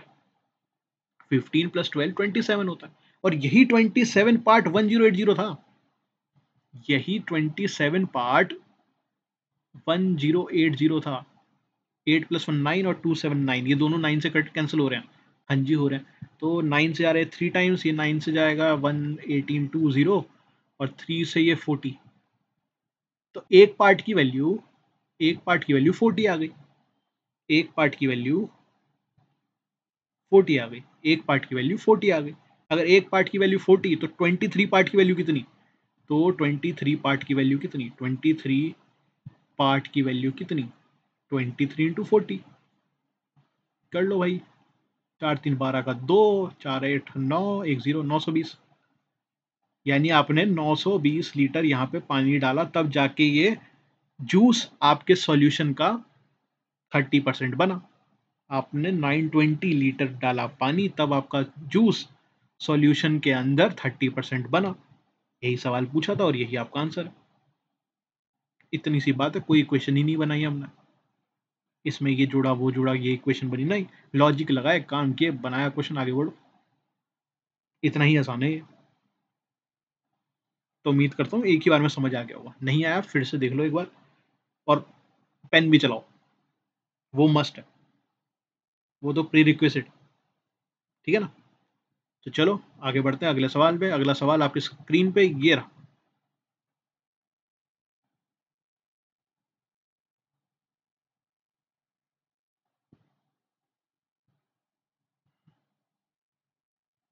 उम्मीद करता हूँ आपने वीडियो पॉज किया होगा और इस क्वेश्चन को किया होगा, अटेम्प्ट किया होगा, और ये क्वेश्चन आपसे बना भी होगा। और अगर आपसे क्वेश्चन नहीं भी बना कोई बात नहीं, आप यहाँ सीखना है, चलिए सीखते हैं। तो बोल रहे हैं कि भैया 3 गर्ल्स हैं, 3 लड़कियां हैं, उनका जो एज है वो अर्थमेटिक प्रोग्रेशन में है, अर्थमेटिक प्रोग्रेशन एपी में है।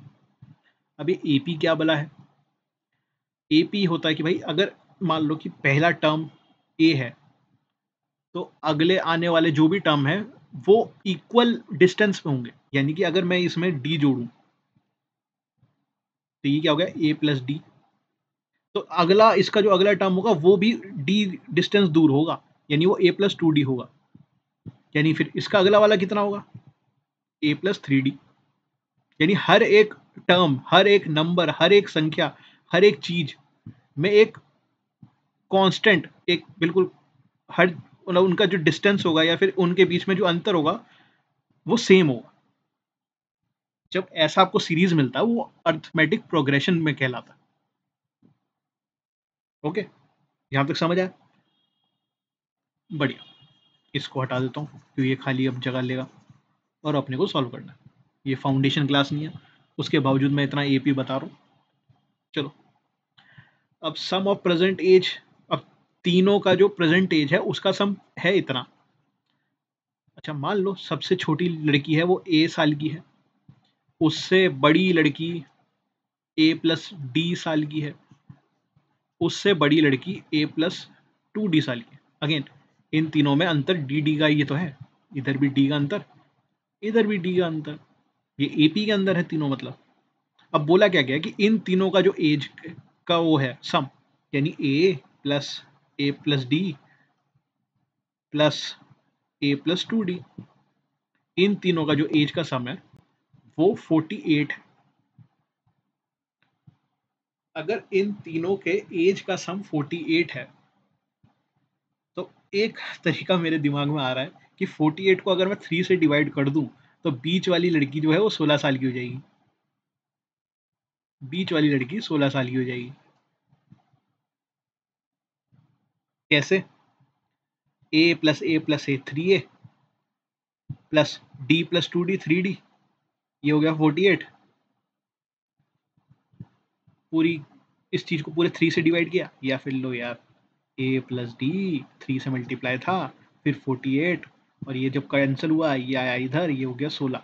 तो जो बीच वाली लड़की है ए प्लस डी वो 16 साल की।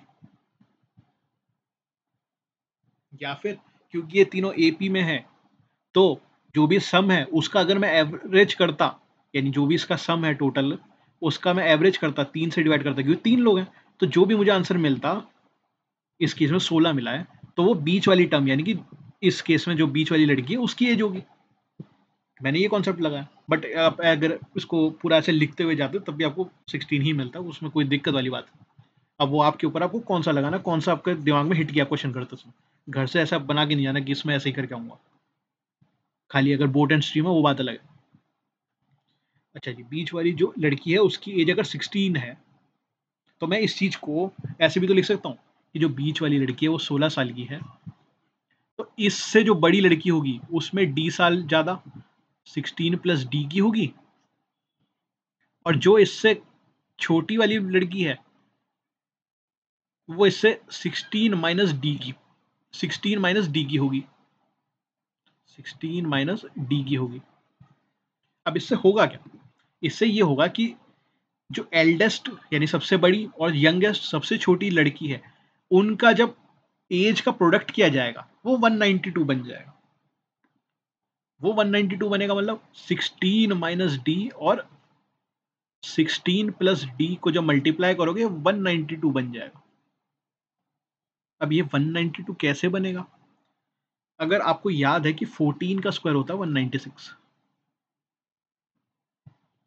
अब वही मैं कहूँ 14, इसको ऐसे ना करो, खाली कंफ्यूज हो जाओगे और फिर मेरे को ही कमेंट सेक्शन में कंफ्यूज कराते रहोगे।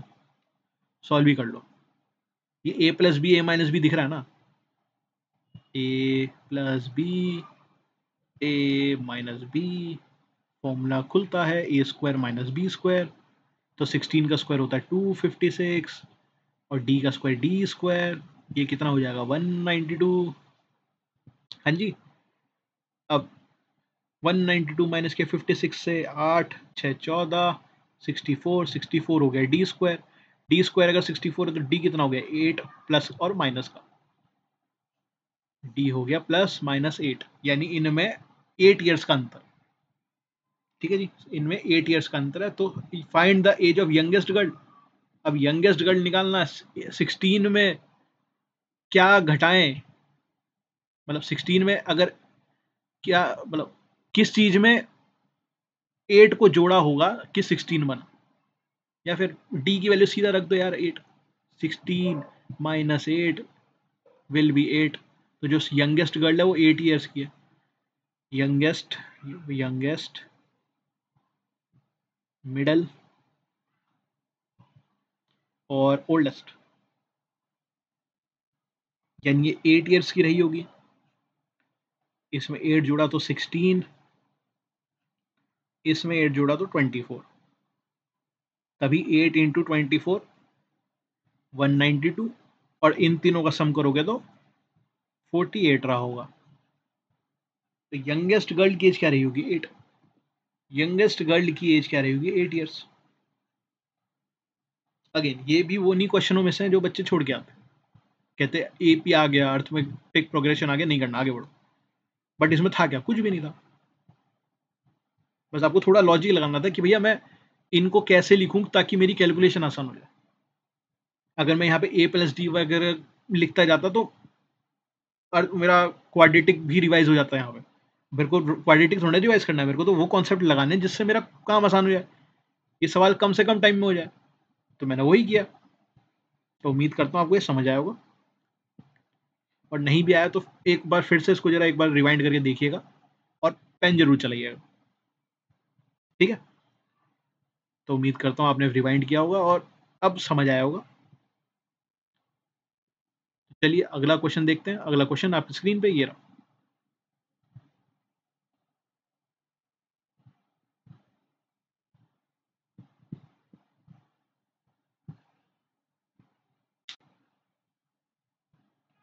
उम्मीद करता हूँ आपने वीडियो पॉज किया होगा और इस क्वेश्चन को अटेम्प्ट किया होगा, और ये क्वेश्चन आपसे बना भी होगा। बट अगर आपसे क्वेश्चन नहीं भी बना, कोई बात नहीं, आप यहाँ सीखना है, चलिए सीखते हैं। तो क्वेश्चन कह रहा है in a company 15% of the total employees are below the age of 22। Okay जी, 70% of the rest employees are age of 22 से 40, और उसके बाद 153 एम्प्लॉय कितने हैं।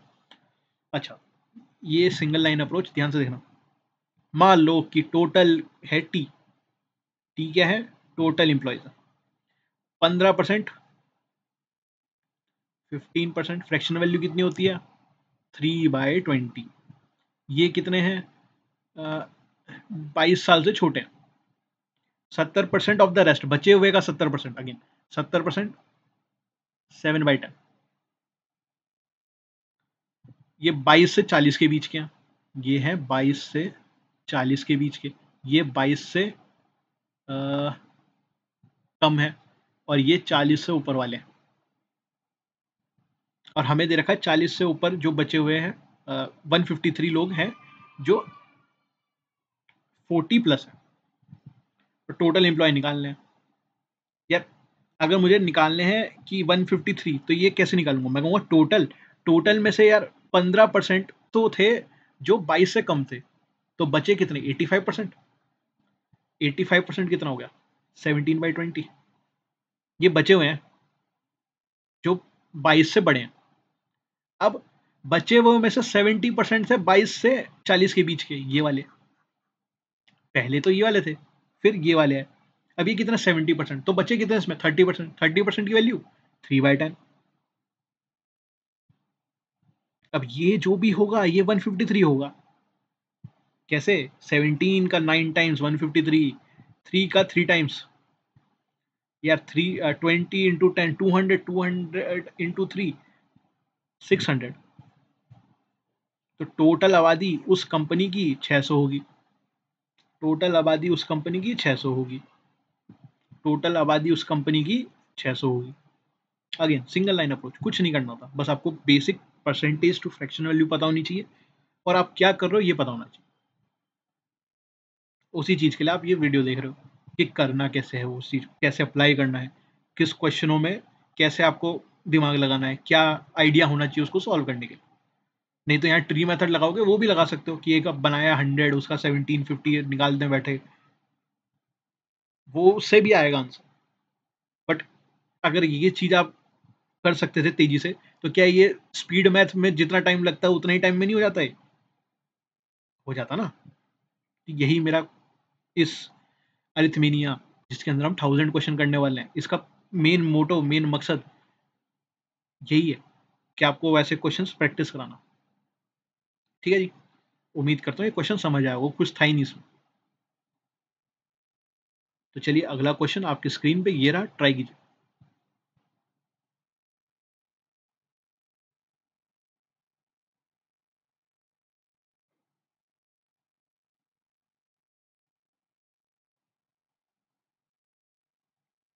उम्मीद करता हूँ आपने वीडियो पॉज किया होगा और इस क्वेश्चन को अटेम्प्ट किया होगा, और ये क्वेश्चन आपसे बना भी होगा।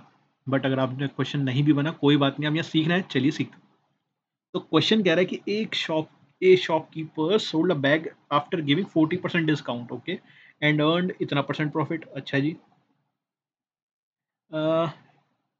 ही मार्क द, अच्छा अच्छा, अच्छा अच्छा, उसने मार्क किया था इतना अबव द कॉस्ट प्राइस।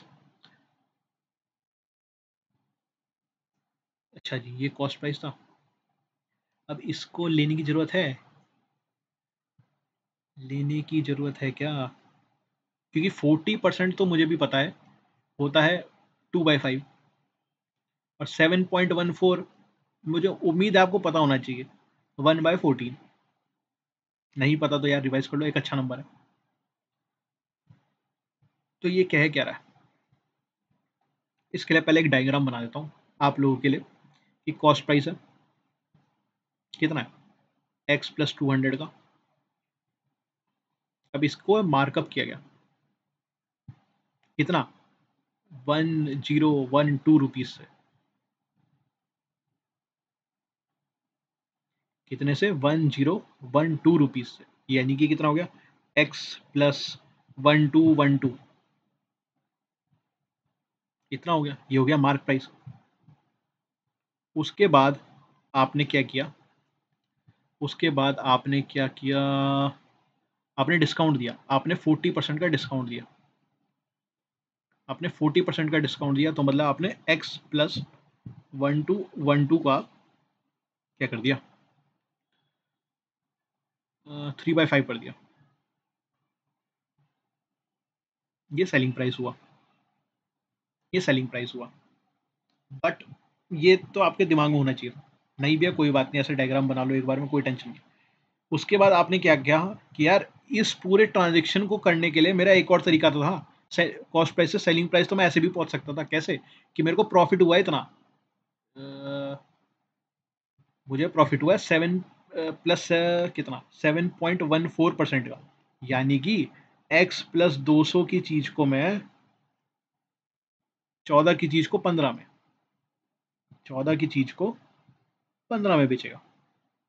तो ये भी सेलिंग प्राइस, ये भी सेलिंग प्राइस, तो दोनों बराबर होने चाहिए, यानी कि x plus 1212 into 3/5 must be x plus 200 15/14। कुछ कटता दिख रहा है, 3 से जा रहा है 5 टाइम्स, और इसको मैं लिखता हूँ x plus 1212 over x plus 200 is equal to 25/14। अगर मैं इसको x प्लस 1212 ना लिखता,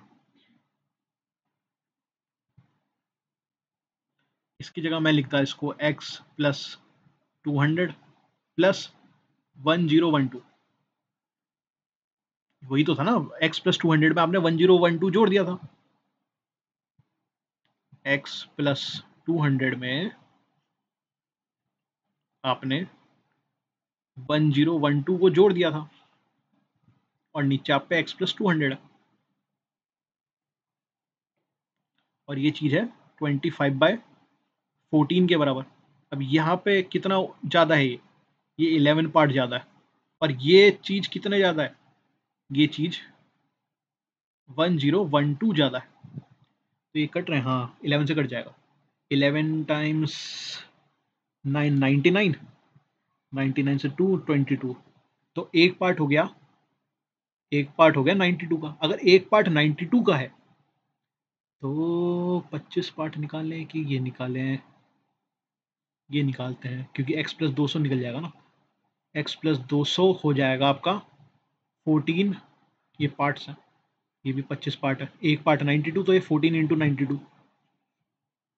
अगर 1492 निकालें, 19 4 126 और 19 2 28, तो ये हो गया 88 और आगे 12, ये चीज़ हो गया 1288। अब 1288 में से 200 माइनस करोगे तो एक्स की वैल्यू आई, कितनी आई? 1088। 1088। क्वेश्चन में क्या बोला है? Find the value of x. X की वैल्यू है 1088, एक्स की वैल्यू है 1088 और एक्स की वैल्यू है 1088। कुछ नहीं, बस अपन ने ये देखा क्या हो रहा है, एक डायग्राम्स जो आपके माइंड में भी बनेगा, बेहतरीन होगा, बट क्योंकि मुझे समझाना तो मुझे ये बनाना पड़ा पूरा। उसके बाद अगर आप इसको सीधे मल्टीप्लाई करते तो आपकी कैलकुलेशन बढ़ सकती थी, क्योंकि ये बड़े नंबर है। 1 2 को 14 से मल्टीप्लाई करना, 25 को 200 से तो आप कर ही लोगे। तो मैंने यहाँ पे आपको कैलकुलेशन से बचाने की टेक्निक बताई है, और कुछ नहीं। और इस टाइप के क्वेश्चनों में आप देखते ही होगे, मैं यही करता कि कितने पार्ट ज़्यादा, ये ऐसे किया, और क्रॉस मल्टीप्लाई जितना कम कर सकता हूँ करता हूँ। कि छोटे नंबर में तो आप कंफर्टेबली कर लोगे, बट जब ये बड़े नंबर आएंगे 1 2 इंटू 14, कैसे करोगे? नो डाउट कर लोगे, क्योंकि 12 इंटू 14 होता है 168, तो वहाँ पे आप कहीं ना कहीं जुगाड़ लगा ही लोगे। बट जब कैलकुलेशन बच सकती है तो क्यों नहीं।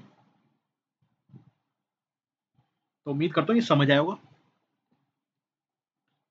और नहीं भी आया तो एक बार फिर से देखना और खुद भी पेन चला के देखना। और ये बढ़िया क्वेश्चन था, गुड वन।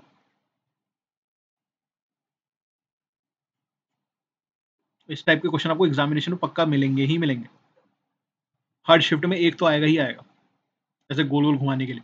अब वो आपके ऊपर है कि आप कैसे उसकी कैलकुलेशन से बचना चाहते हो। अगर मेहनत मजदूरी करनी है कि भाई क्रॉस मल्टीप्लाई करके पूरी मेहनत मजदूरी करेंगे, इसको इससे मल्टीप्लाई करेंगे, तो कर सकते हो, मैं नहीं रोकने वाला। बट अगर आप अर्थ में नहीं आके लगातार इतने वीडियोस देख चुके हो हमारे चैनल पे क्वांट एक्सप्लेनर में, उसके बाद भी अगर आप मेहनत मजदूरी करना चाह रहे हो, तो वो चिंता का विषय है।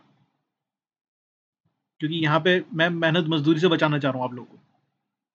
ठीक है, इस क्वेश्चन को करना जरूर करना, आज से 3 4 दिन बाद करना जरूर। अपने हमारे टेलीग्राम चैनल पे जाके इस लेक्चर का पीडीएफ कर लेना डाउनलोड, और इस क्वेश्चन को जरूर अटेम्प्ट करना। बढ़िया क्वेश्चन था ये, और लिख के दे रहा हूँ, ये आपको मिलेगा एग्जामिनेशन में। तो चलिए अगला क्वेश्चन आपकी स्क्रीन पे ये रहा, ट्राई कीजिए।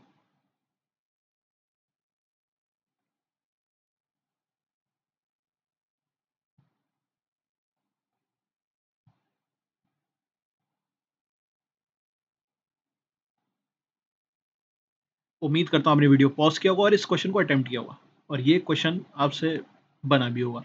बट अगर आपसे क्वेश्चन नहीं भी बना, कोई बात नहीं, आप यहाँ सीखना है, चलिए सीखते हैं। क्वेश्चन कह रहा है, रोशनी ने सेव किया 28% अपना मंथली इनकम, ओके जी, और मंथली इनकम रोहिणी का इंक्रीज किया इतने परसेंट से, and she still save the same amount, okay जी। 28% की फ्रैक्शनल वैल्यू बता दो, बता दो बता दो।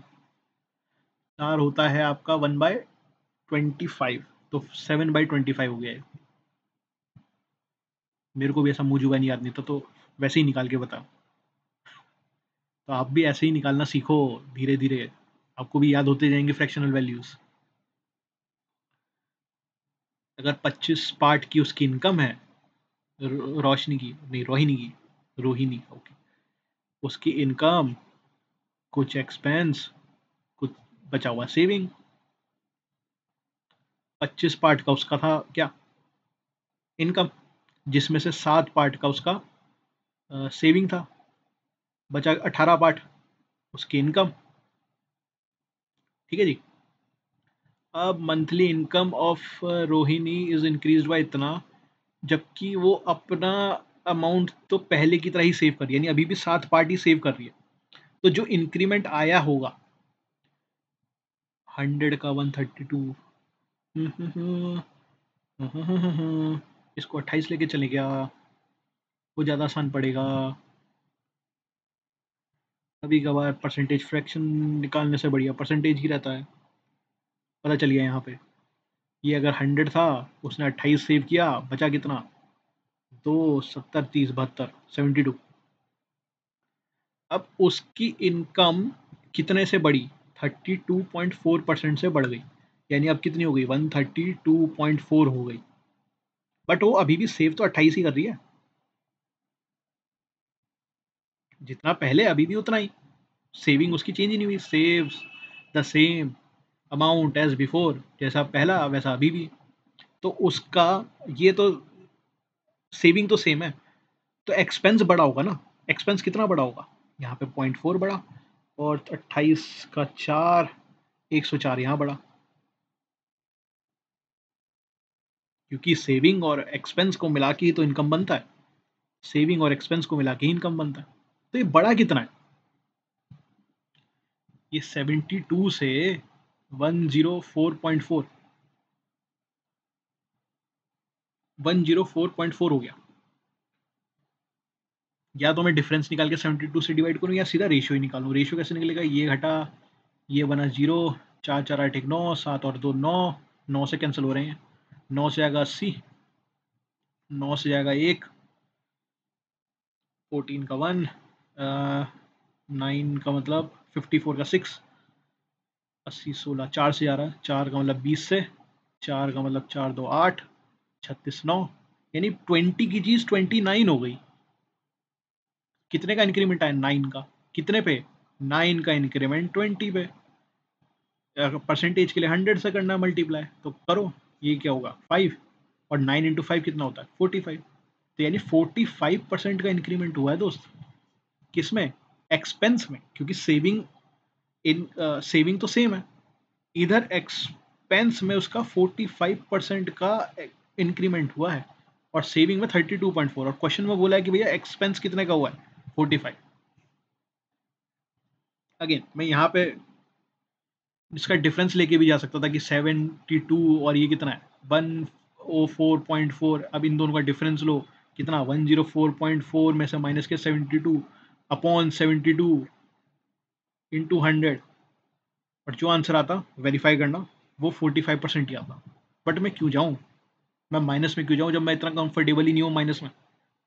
मैं मल्टीप्लिकेशन में कंफर्टेबल हूँ, मैं एडिशन में कंफर्टेबल हूँ, मैं डिवीजन में कंफर्टेबल हूँ। तो मैं मल्टीप्लिकेशन के थ्रू जाऊँगा रेशियो मेथड से, कि रेशियो लगाया कहाँ से कहाँ बना, 20 से 29 बना, ठीक है जी। 9/20 की वैल्यू निकालते हैं, जो कि 45 है। तो उम्मीद करता हूँ ये समझ आया होगा। और यहाँ पे आपको एक एप्लीकेशन और पता चली होगी कि कभी परसेंटेज भी इंपॉर्टेंट ही होते हैं, उसे फ्रैक्शन में ज़बरदस्ती लाने की जरूरत नहीं है। ठीक है जी। तो चलो, उम्मीद करता हूँ ये वाला क्वेश्चन आपको समझ आएगा। अच्छा सवाल था पिछला, और ये वाला दोनों ही अच्छे सवाल थे कॉन्सेप्ट के लिए। तो चलिए अगला क्वेश्चन देखते हैं। अगला क्वेश्चन आपकी स्क्रीन पे ये रहा।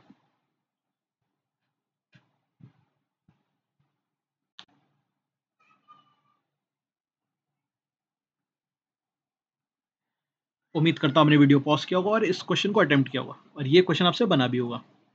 बट अगर आपसे क्वेश्चन नहीं भी बना, कोई बात नहीं, आप यहाँ सीखना है, चलिए सीखते हैं। क्वेश्चन कह रहा है कि 28 मेल्स, अब इसकी इंग्लिश में मेरे को कंफर्मेशन नहीं है। 28 male can complete a piece of work in 60 days। X male started to work. अच्छा जी, टोटल वर्क कितना होगा जी? पहले मुझे टोटल वर्क बता दो। टोटल वर्क यानी 28 मेल यानी एम, एक मेल मान लो कि एफिशिएंसी एम है, तो 28 मेल की 28 एम होगी। अब ये 60 डेज में काम कर रहे हैं। 28 मेल्स, एक मेल की एफिशिएंसी एक, 28 मेल की 28 एम, और ये 60 डेज तक काम कर रहे हैं। एक दिन में अगर 28 एम काम होता है तो 60 डेज में इंटू 60, और ये टोटल वर्क हो गया। यानी इतना काम हुआ होगा तभी तो 60 दिन में कर पाए हैं वो 28 लोग। अब अगर एक्स मेल ने काम करना शुरू किया और 18 दिनों बाद 46 मेल, अच्छा जी, अच्छा, तो ये कह रहा है कि 28 एम 60 डेज तक काम करते हैं, तो आपका काम होता है। आपने एक्स मेल लिए और उनको 18 दिनों तक काम कराया, ठीक है जी। उसके बाद 46 मेल ने 24 दिनों में काम किया। 46 मेल ने 24 दिनों तक काम किया, तब जाके आपका काम खत्म हो गया। आपको एक्स की वैल्यू निकालनी है, तो कुछ कट रहा है दिख रहा है, एम से एम, यहाँ पे भी एम, और कुछ कट रहा है 18, 46, 24, 6 से कटता दिख रहा है ना। 6 का 10 टाइम्स, 6 का 3 टाइम्स, और 6 का 4 टाइम्स।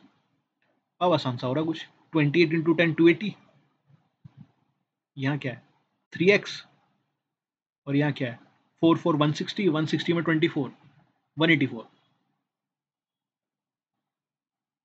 4 इंटू, अरे यार 46 इंटू 4, बच्चों को इधर देखोगे अब।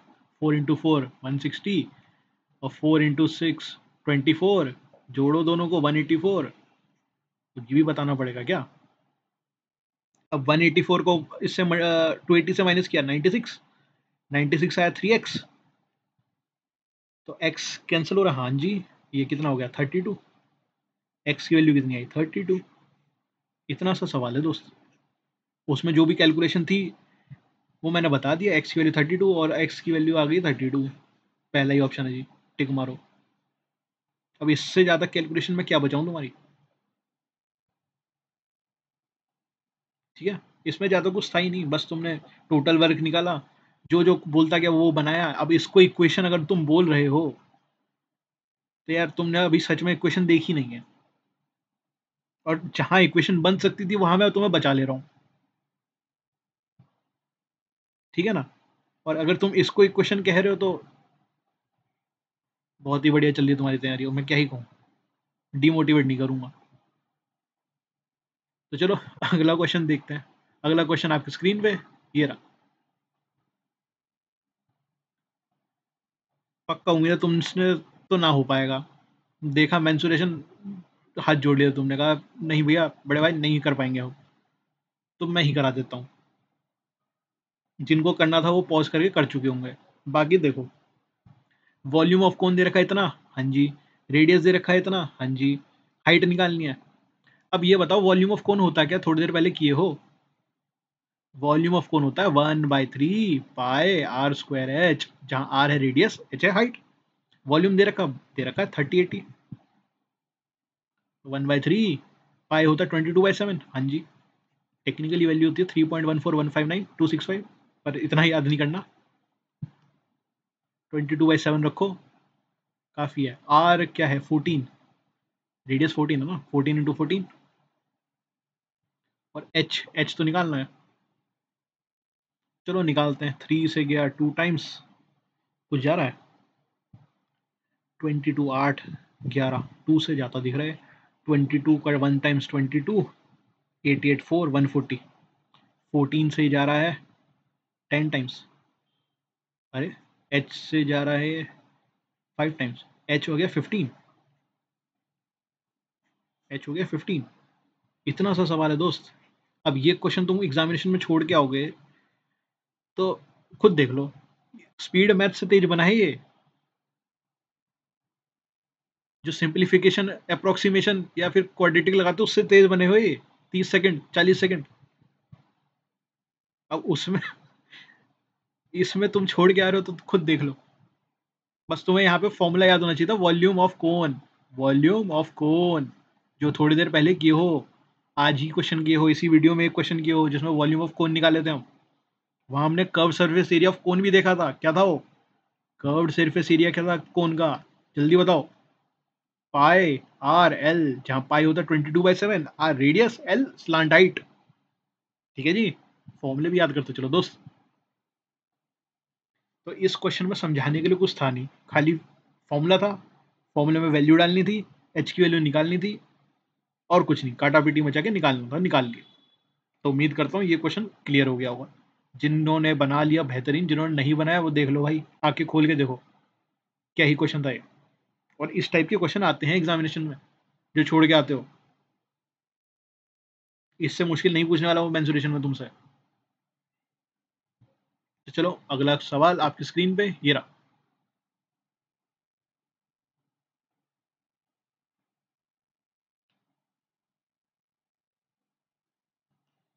उम्मीद करता हूँ आपने वीडियो पॉज किया होगा और इस क्वेश्चन को अटेम्प्ट किया होगा, और ये क्वेश्चन आपसे बना भी होगा। बट अगर नहीं भी बना कोई बात नहीं, अब यहाँ सीखना है, चलिए सीखते हैं। तो क्वेश्चन कह रहा है बोट ने, यार बोट देखते ही 4 चीज़ें लिख दो, ये तो घर से लेके जाओ, बोट, वाटर, अप और डाउन, ये तो घर से लेके जाना, वैल्यू मत लेके जाना, बस ये सेटअप लेके जाना। पहले घर से ही लेके जा रहे हो वैल्यू में, फिर कह रहे हो आंसर नहीं आ रहा था। अब बोट कैन ट्रेवल इतना kilometre upstream as well as downstream in 24 घंटे में। ओके जी, टोटल 24 घंटे में वो 210 अप और डाउन जा रहा है, ठीक है। Find the speed of boat, boat की स्पीड निकालनी है स्टिल वाटर में, ठीक है। F speed of stream is 3, 3 दे रखा है यहाँ पे। बोट की स्पीड में बी ले लूँ, हाँ ले लो जी। तो अब स्ट्रीम कितना होगा, बी में से 3 माइनस, डाउन क्या होगा, बी में 3 जोड़ दो। यही तो होता है, बोट में वाटर जोड़ा up stream, sorry down stream, boat में से वाटर घटा दिया डाउन स्ट्रीम। अब वो बोल क्या रहा है, ध्यान से देखना, 210 किलोमीटर अपस्ट्रीम में गए तुम, अपस्ट्रीम का मतलब B-3 में, और 210 गए डाउनस्ट्रीम में, यानी कि B+3 में 210, ये डाउनस्ट्रीम है। और टोटल टाइम कितना लगा तुम्हें, 24 घंटे। स्पीड को, डिस्टेंस को स्पीड से डिवाइड किया तो टाइम मिला। यही तो बेसिक कॉन्सेप्ट होता है। अब इसके लिए भी लिख के दिखाऊं क्या, अब तुम मानोगे नहीं। डिस्टेंस, छोटे बच्चों की तरह, अपॉन स्पीड होता है टाइम। ये डिस्टेंस है, हाँ जी 210 डिस्टेंस है, 210 डिस्टेंस है। B-3 क्या है, अपस्ट्रीम की स्पीड, B+3 क्या है, डाउनस्ट्रीम की स्पीड। अब यार यहाँ अगर मैं इसको सॉल्व करूँ ना ढंग से, तो ये क्वाड्रेटिक बनेगी जो B में जाएगी। पर क्या मैं इस चीज से बच सकता हूँ, कैसे, जो कट सकता काट देता हूँ। ये हो गया 6 से, ये भी 3, तो ये 3 से कट रहा है 8 में, ये 3 से कट रहा है 7 और 0 70 में, ये भी 70 में। तो जो मेरी नई इक्वेशन सी दिख रही है ना मुझे, अगले पेज में बना लेंगे, अगले पेज में बनाते हैं। वो देखिए 70 B-3 plus 70 B+3 equal to 8, ये मुझे दिख रहा है जो मेरे इक्वेशन बनी है। अब इसको मैं सॉल्व करूंगा, क्वाड्रेटिक बनेगी, इससे कोई वो नहीं है, मैं बचा ही नहीं सकता तुम्हें, क्वाड्रेटिक बनेगी ही बनेगी। बट हम कुछ कर सकते हैं, कर सकते हैं। अगर हमें बोला क्या है, हमें बोला स्पीड ऑफ बोट निकालनी है, तो यानी जो हमें ऑप्शन दिए हैं वो स्पीड ऑफ बोट के दिए होंगे, यानी बी की वैल्यू दी है तो रख के देख लो एक बार। मतलब बी की वैल्यू क्या क्या हो सकती है, 12 हो सकती है, क्या क्या दे रखे हैं, 12 14 16 18, 12 14 16 18, ये 4 हो सकती हैं, रख के देख लेते हैं। अगर बी 12 होता तो 70, 12-3 कितना हो गया, 9, 70 में से 9 कैंसिल ही नहीं होगा, प्लस 70, 12 3 15, ये कैंसिल हो जाएगा, बट नहीं ये भी कैंसिल नहीं होगा, यहाँ पे 9 रहेगा, यहाँ पे ये अगर 5 से जाता भी है तो 3 रहेगा, तो ये तो कभी तुम्हें आंसर देगा नहीं, तो 12 ऑप्शन कैंसिल। अगर रखो 14, 14 रखोगे, 14 रखोगे तो 70, 14 में से 3 गया 11, अगेन 70/11, तुम्हें आंसर देगा ही नहीं, क्योंकि तुम्हें चाहिए यहाँ पे 8, और 70 में 14+3 17, अगेन 17 70 को नहीं काटता, तो ये भी तुम्हें आंसर देगा नहीं, तो 14 भी तुम्हारा आंसर हो नहीं सकता। क्या, बी की स्पीड यानी बोट की स्पीड।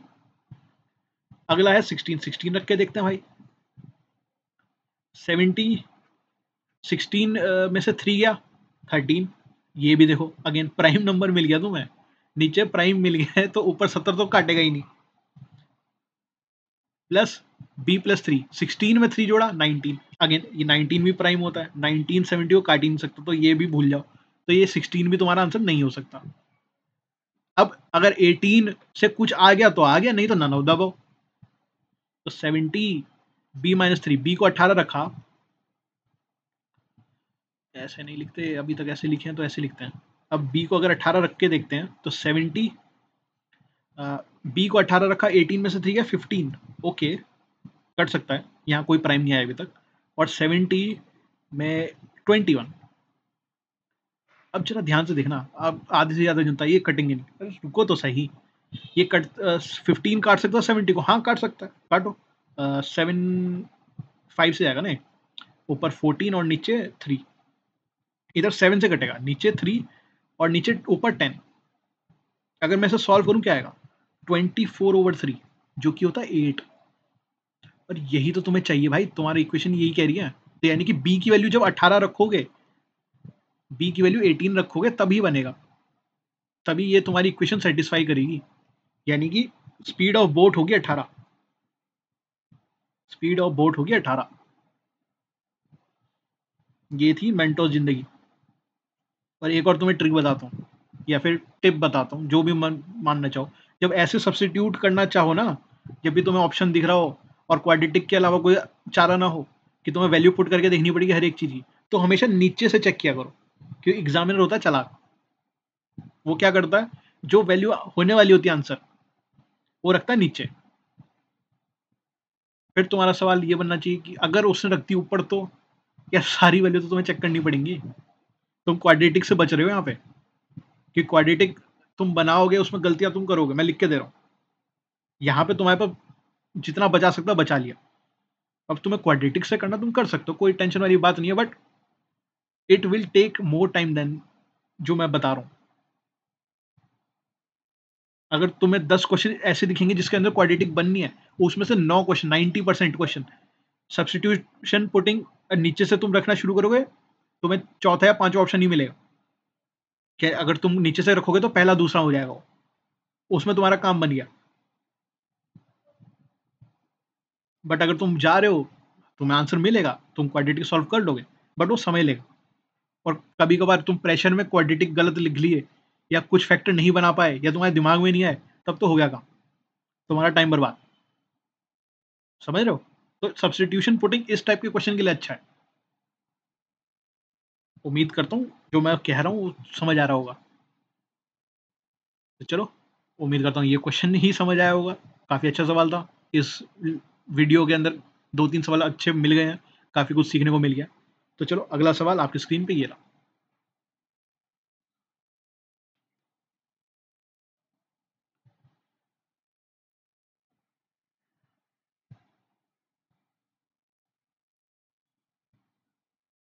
उम्मीद करता हूँ आपने वीडियो पॉज किया होगा और इस क्वेश्चन को अटेम्प्ट किया होगा, और ये क्वेश्चन आपसे बना भी होगा।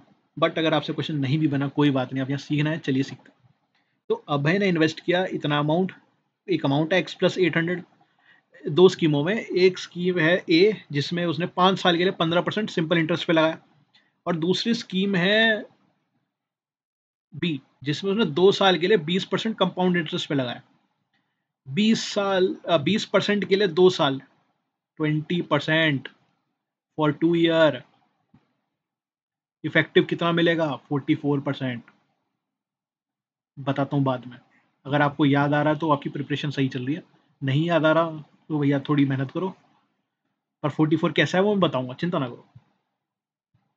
If difference between interest received from both the scheme is इतना। अच्छा जी, तो एक ने लिया 44%, एक था स्कीम में, ये कैसा लिख रहा हूँ स्कीम, थोड़ा बड़ा लिखना पड़ेगा तब दिखेगा स्कीम, स्कीम जैसा, SCHEME, स्कीम ए। एक है स्कीम बी, दो स्कीम। पहली स्कीम में 5 साल के लिए 15% सिंपल इंटरेस्ट, तो इफेक्टिवली कितना मिला, 15.5, 75% का उसको इंटरेस्ट मिला होगा, जो भी उसने पैसा लगाया। अगली स्कीम में 2 साल के लिए 20% के हिसाब से कंपाउंड इंटरेस्ट, जो मैं बोला हूँ 44 होगा, अभी के लिए मान लो 44। 44 कैसे बताऊं, इफ डिफरेंस बिटवीन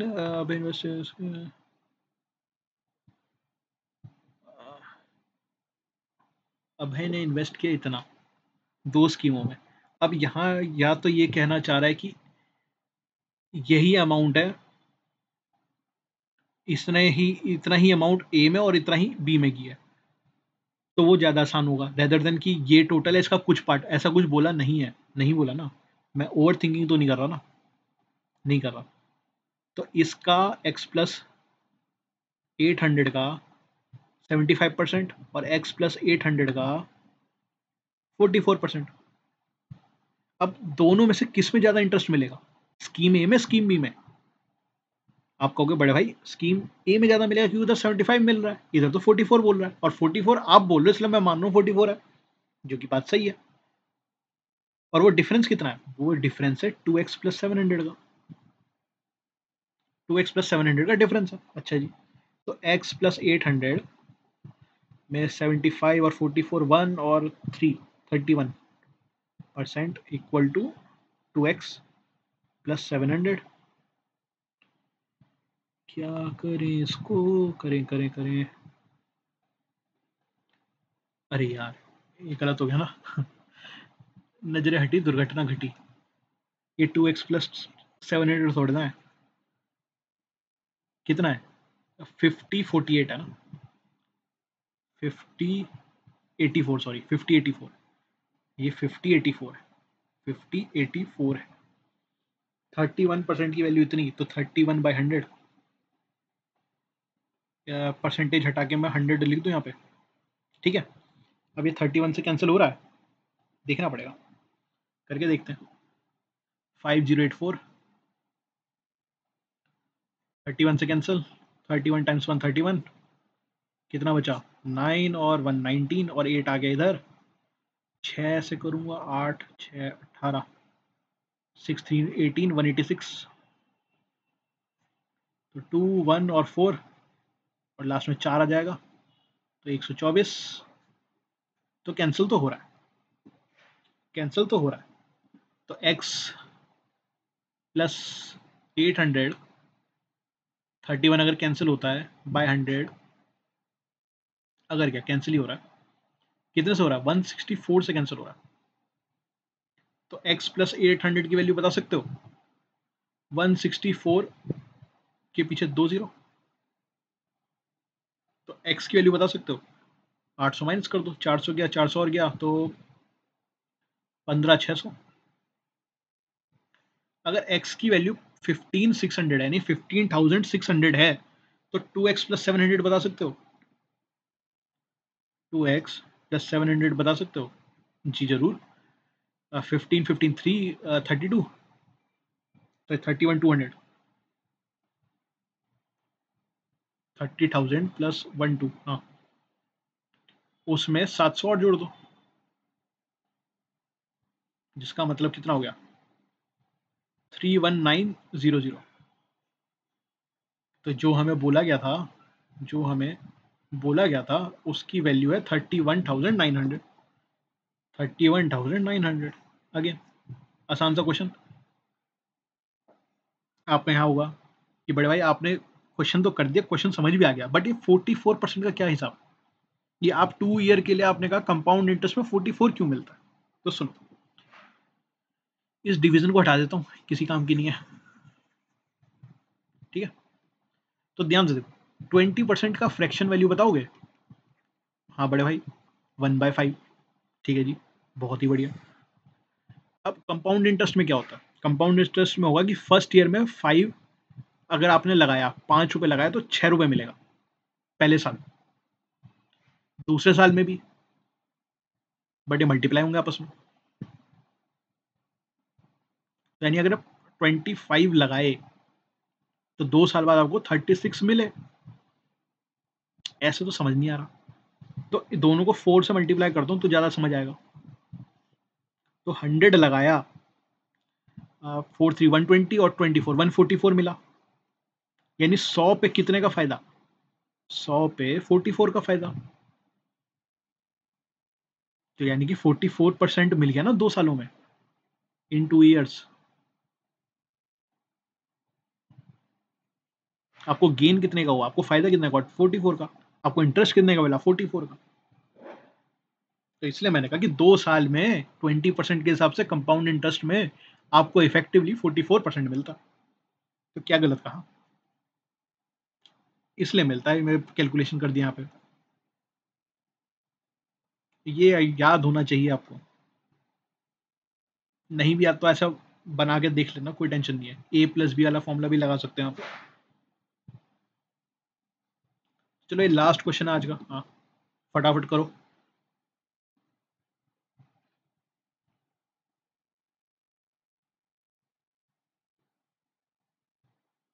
उम्मीद करता हूँ आपने वीडियो पॉज किया होगा और इस क्वेश्चन को अटेम्प्ट किया होगा, और ये क्वेश्चन आपसे बना भी होगा। अगर नहीं भी बना कोई बात नहीं, आप यहाँ सीखना है, चलिए सीखते हैं। तो एक एग्जामिनेशन में इतने बच्चे अपीयर हुए, यानी एग्जाम देने पहुंचे, जिसमें से 40% बच्चे 60% मार्क्स स्कोर किए। 60% मार्क्स लाए 40% बच्चे स्टूडेंट्स, और 60% से 80% मार्क्स के बीच में 20% स्टूडेंट हैं।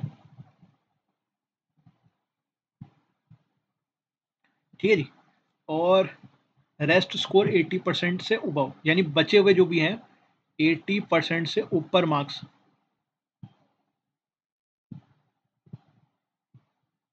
जो भी हैं वो बचे हुए बच्चों का होगा। यार टोटल तो 100% होंगे ना बच्चे। अगर 100% टोटल बच्चे हैं, 40% ये, 20% ये, 60% ये हो गया, तो यानी ये 40% होगा, तभी तो टोटल 100% बना होगा। अगर 40% बच्चों ने 80% मार्क्स किए हैं, मतलब 80% से ज़्यादा जिनके आए हैं वो 40% बच्चे हैं। ठीक है जी। और यही 40% क्या बोला है, 144 स्टूडेंट स्कोर्ड अबव 80%, और यही 40% 144 है। यार इसमें करना ही क्या है अब, 40% की वैल्यू 144, 20% की वैल्यू इसकी आधी 72, और 40% की वैल्यू अभी तो बोले 144, तो ऐसे दो बार क्यों लिखे हो। इन तीनों का सम कितना होगा, 100%, और यही तो स्टूडेंट्स हैं।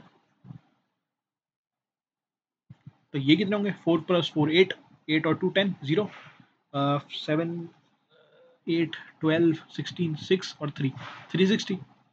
अब ये जो 100% स्टूडेंट हैं, ये तो क्वेश्चन में बोला ये x+40 है, बट हमारे तो 360 आ रहे हैं, 360 आ रहे हैं, तो x की वैल्यू कितनी होगी, 40 माइनस कर दो दोनों तरफ, या फिर x की वैल्यू जैसे मर्जी निकाल लो। x की वैल्यू होगी 320, x की वैल्यू होगी 320, और क्वेश्चन में बोला क्या, find the value of x, x की वैल्यू 320। अगेन क्या ही था इस क्वेश्चन में, क्या ही था, कुछ भी नहीं था। यहाँ भी कैलकुलेशन जितनी बचा सकता था बचा दिया, ये तो खाली तुम्हें समझाने के लिए इतना लिखा हूँ, मैं होता यही लिखता बस। तो उम्मीद करता हूँ ये क्वेश्चन आपको समझ आए होंगे। तो इस प्रथा को चालू रखते हुए आप बताइए, आपने 20 क्वेश्चंस में कितने क्वेश्चंस अटेम्प्ट किए, अटेम्प्ट कितने किए, और हर करेक्ट के लिए आपको +4 अवार्ड किया जाएगा, इनकरेक्ट के लिए -1, अगर स्किप किया हो तो भाई कुछ नहीं मिलेगा। तो यानी 80 में से आपके कितने मार्क्स आए, इससे पता चलेगा कि आप कितने पानी में हो। तो उम्मीद करता हूँ इस वीडियो में आपको काफ़ी कुछ समझने सीखने को मिला होगा, है ना। तो चलो अगले वीडियो में आपसे मिलते हैं, अभी के लिए tata bye bye, take care.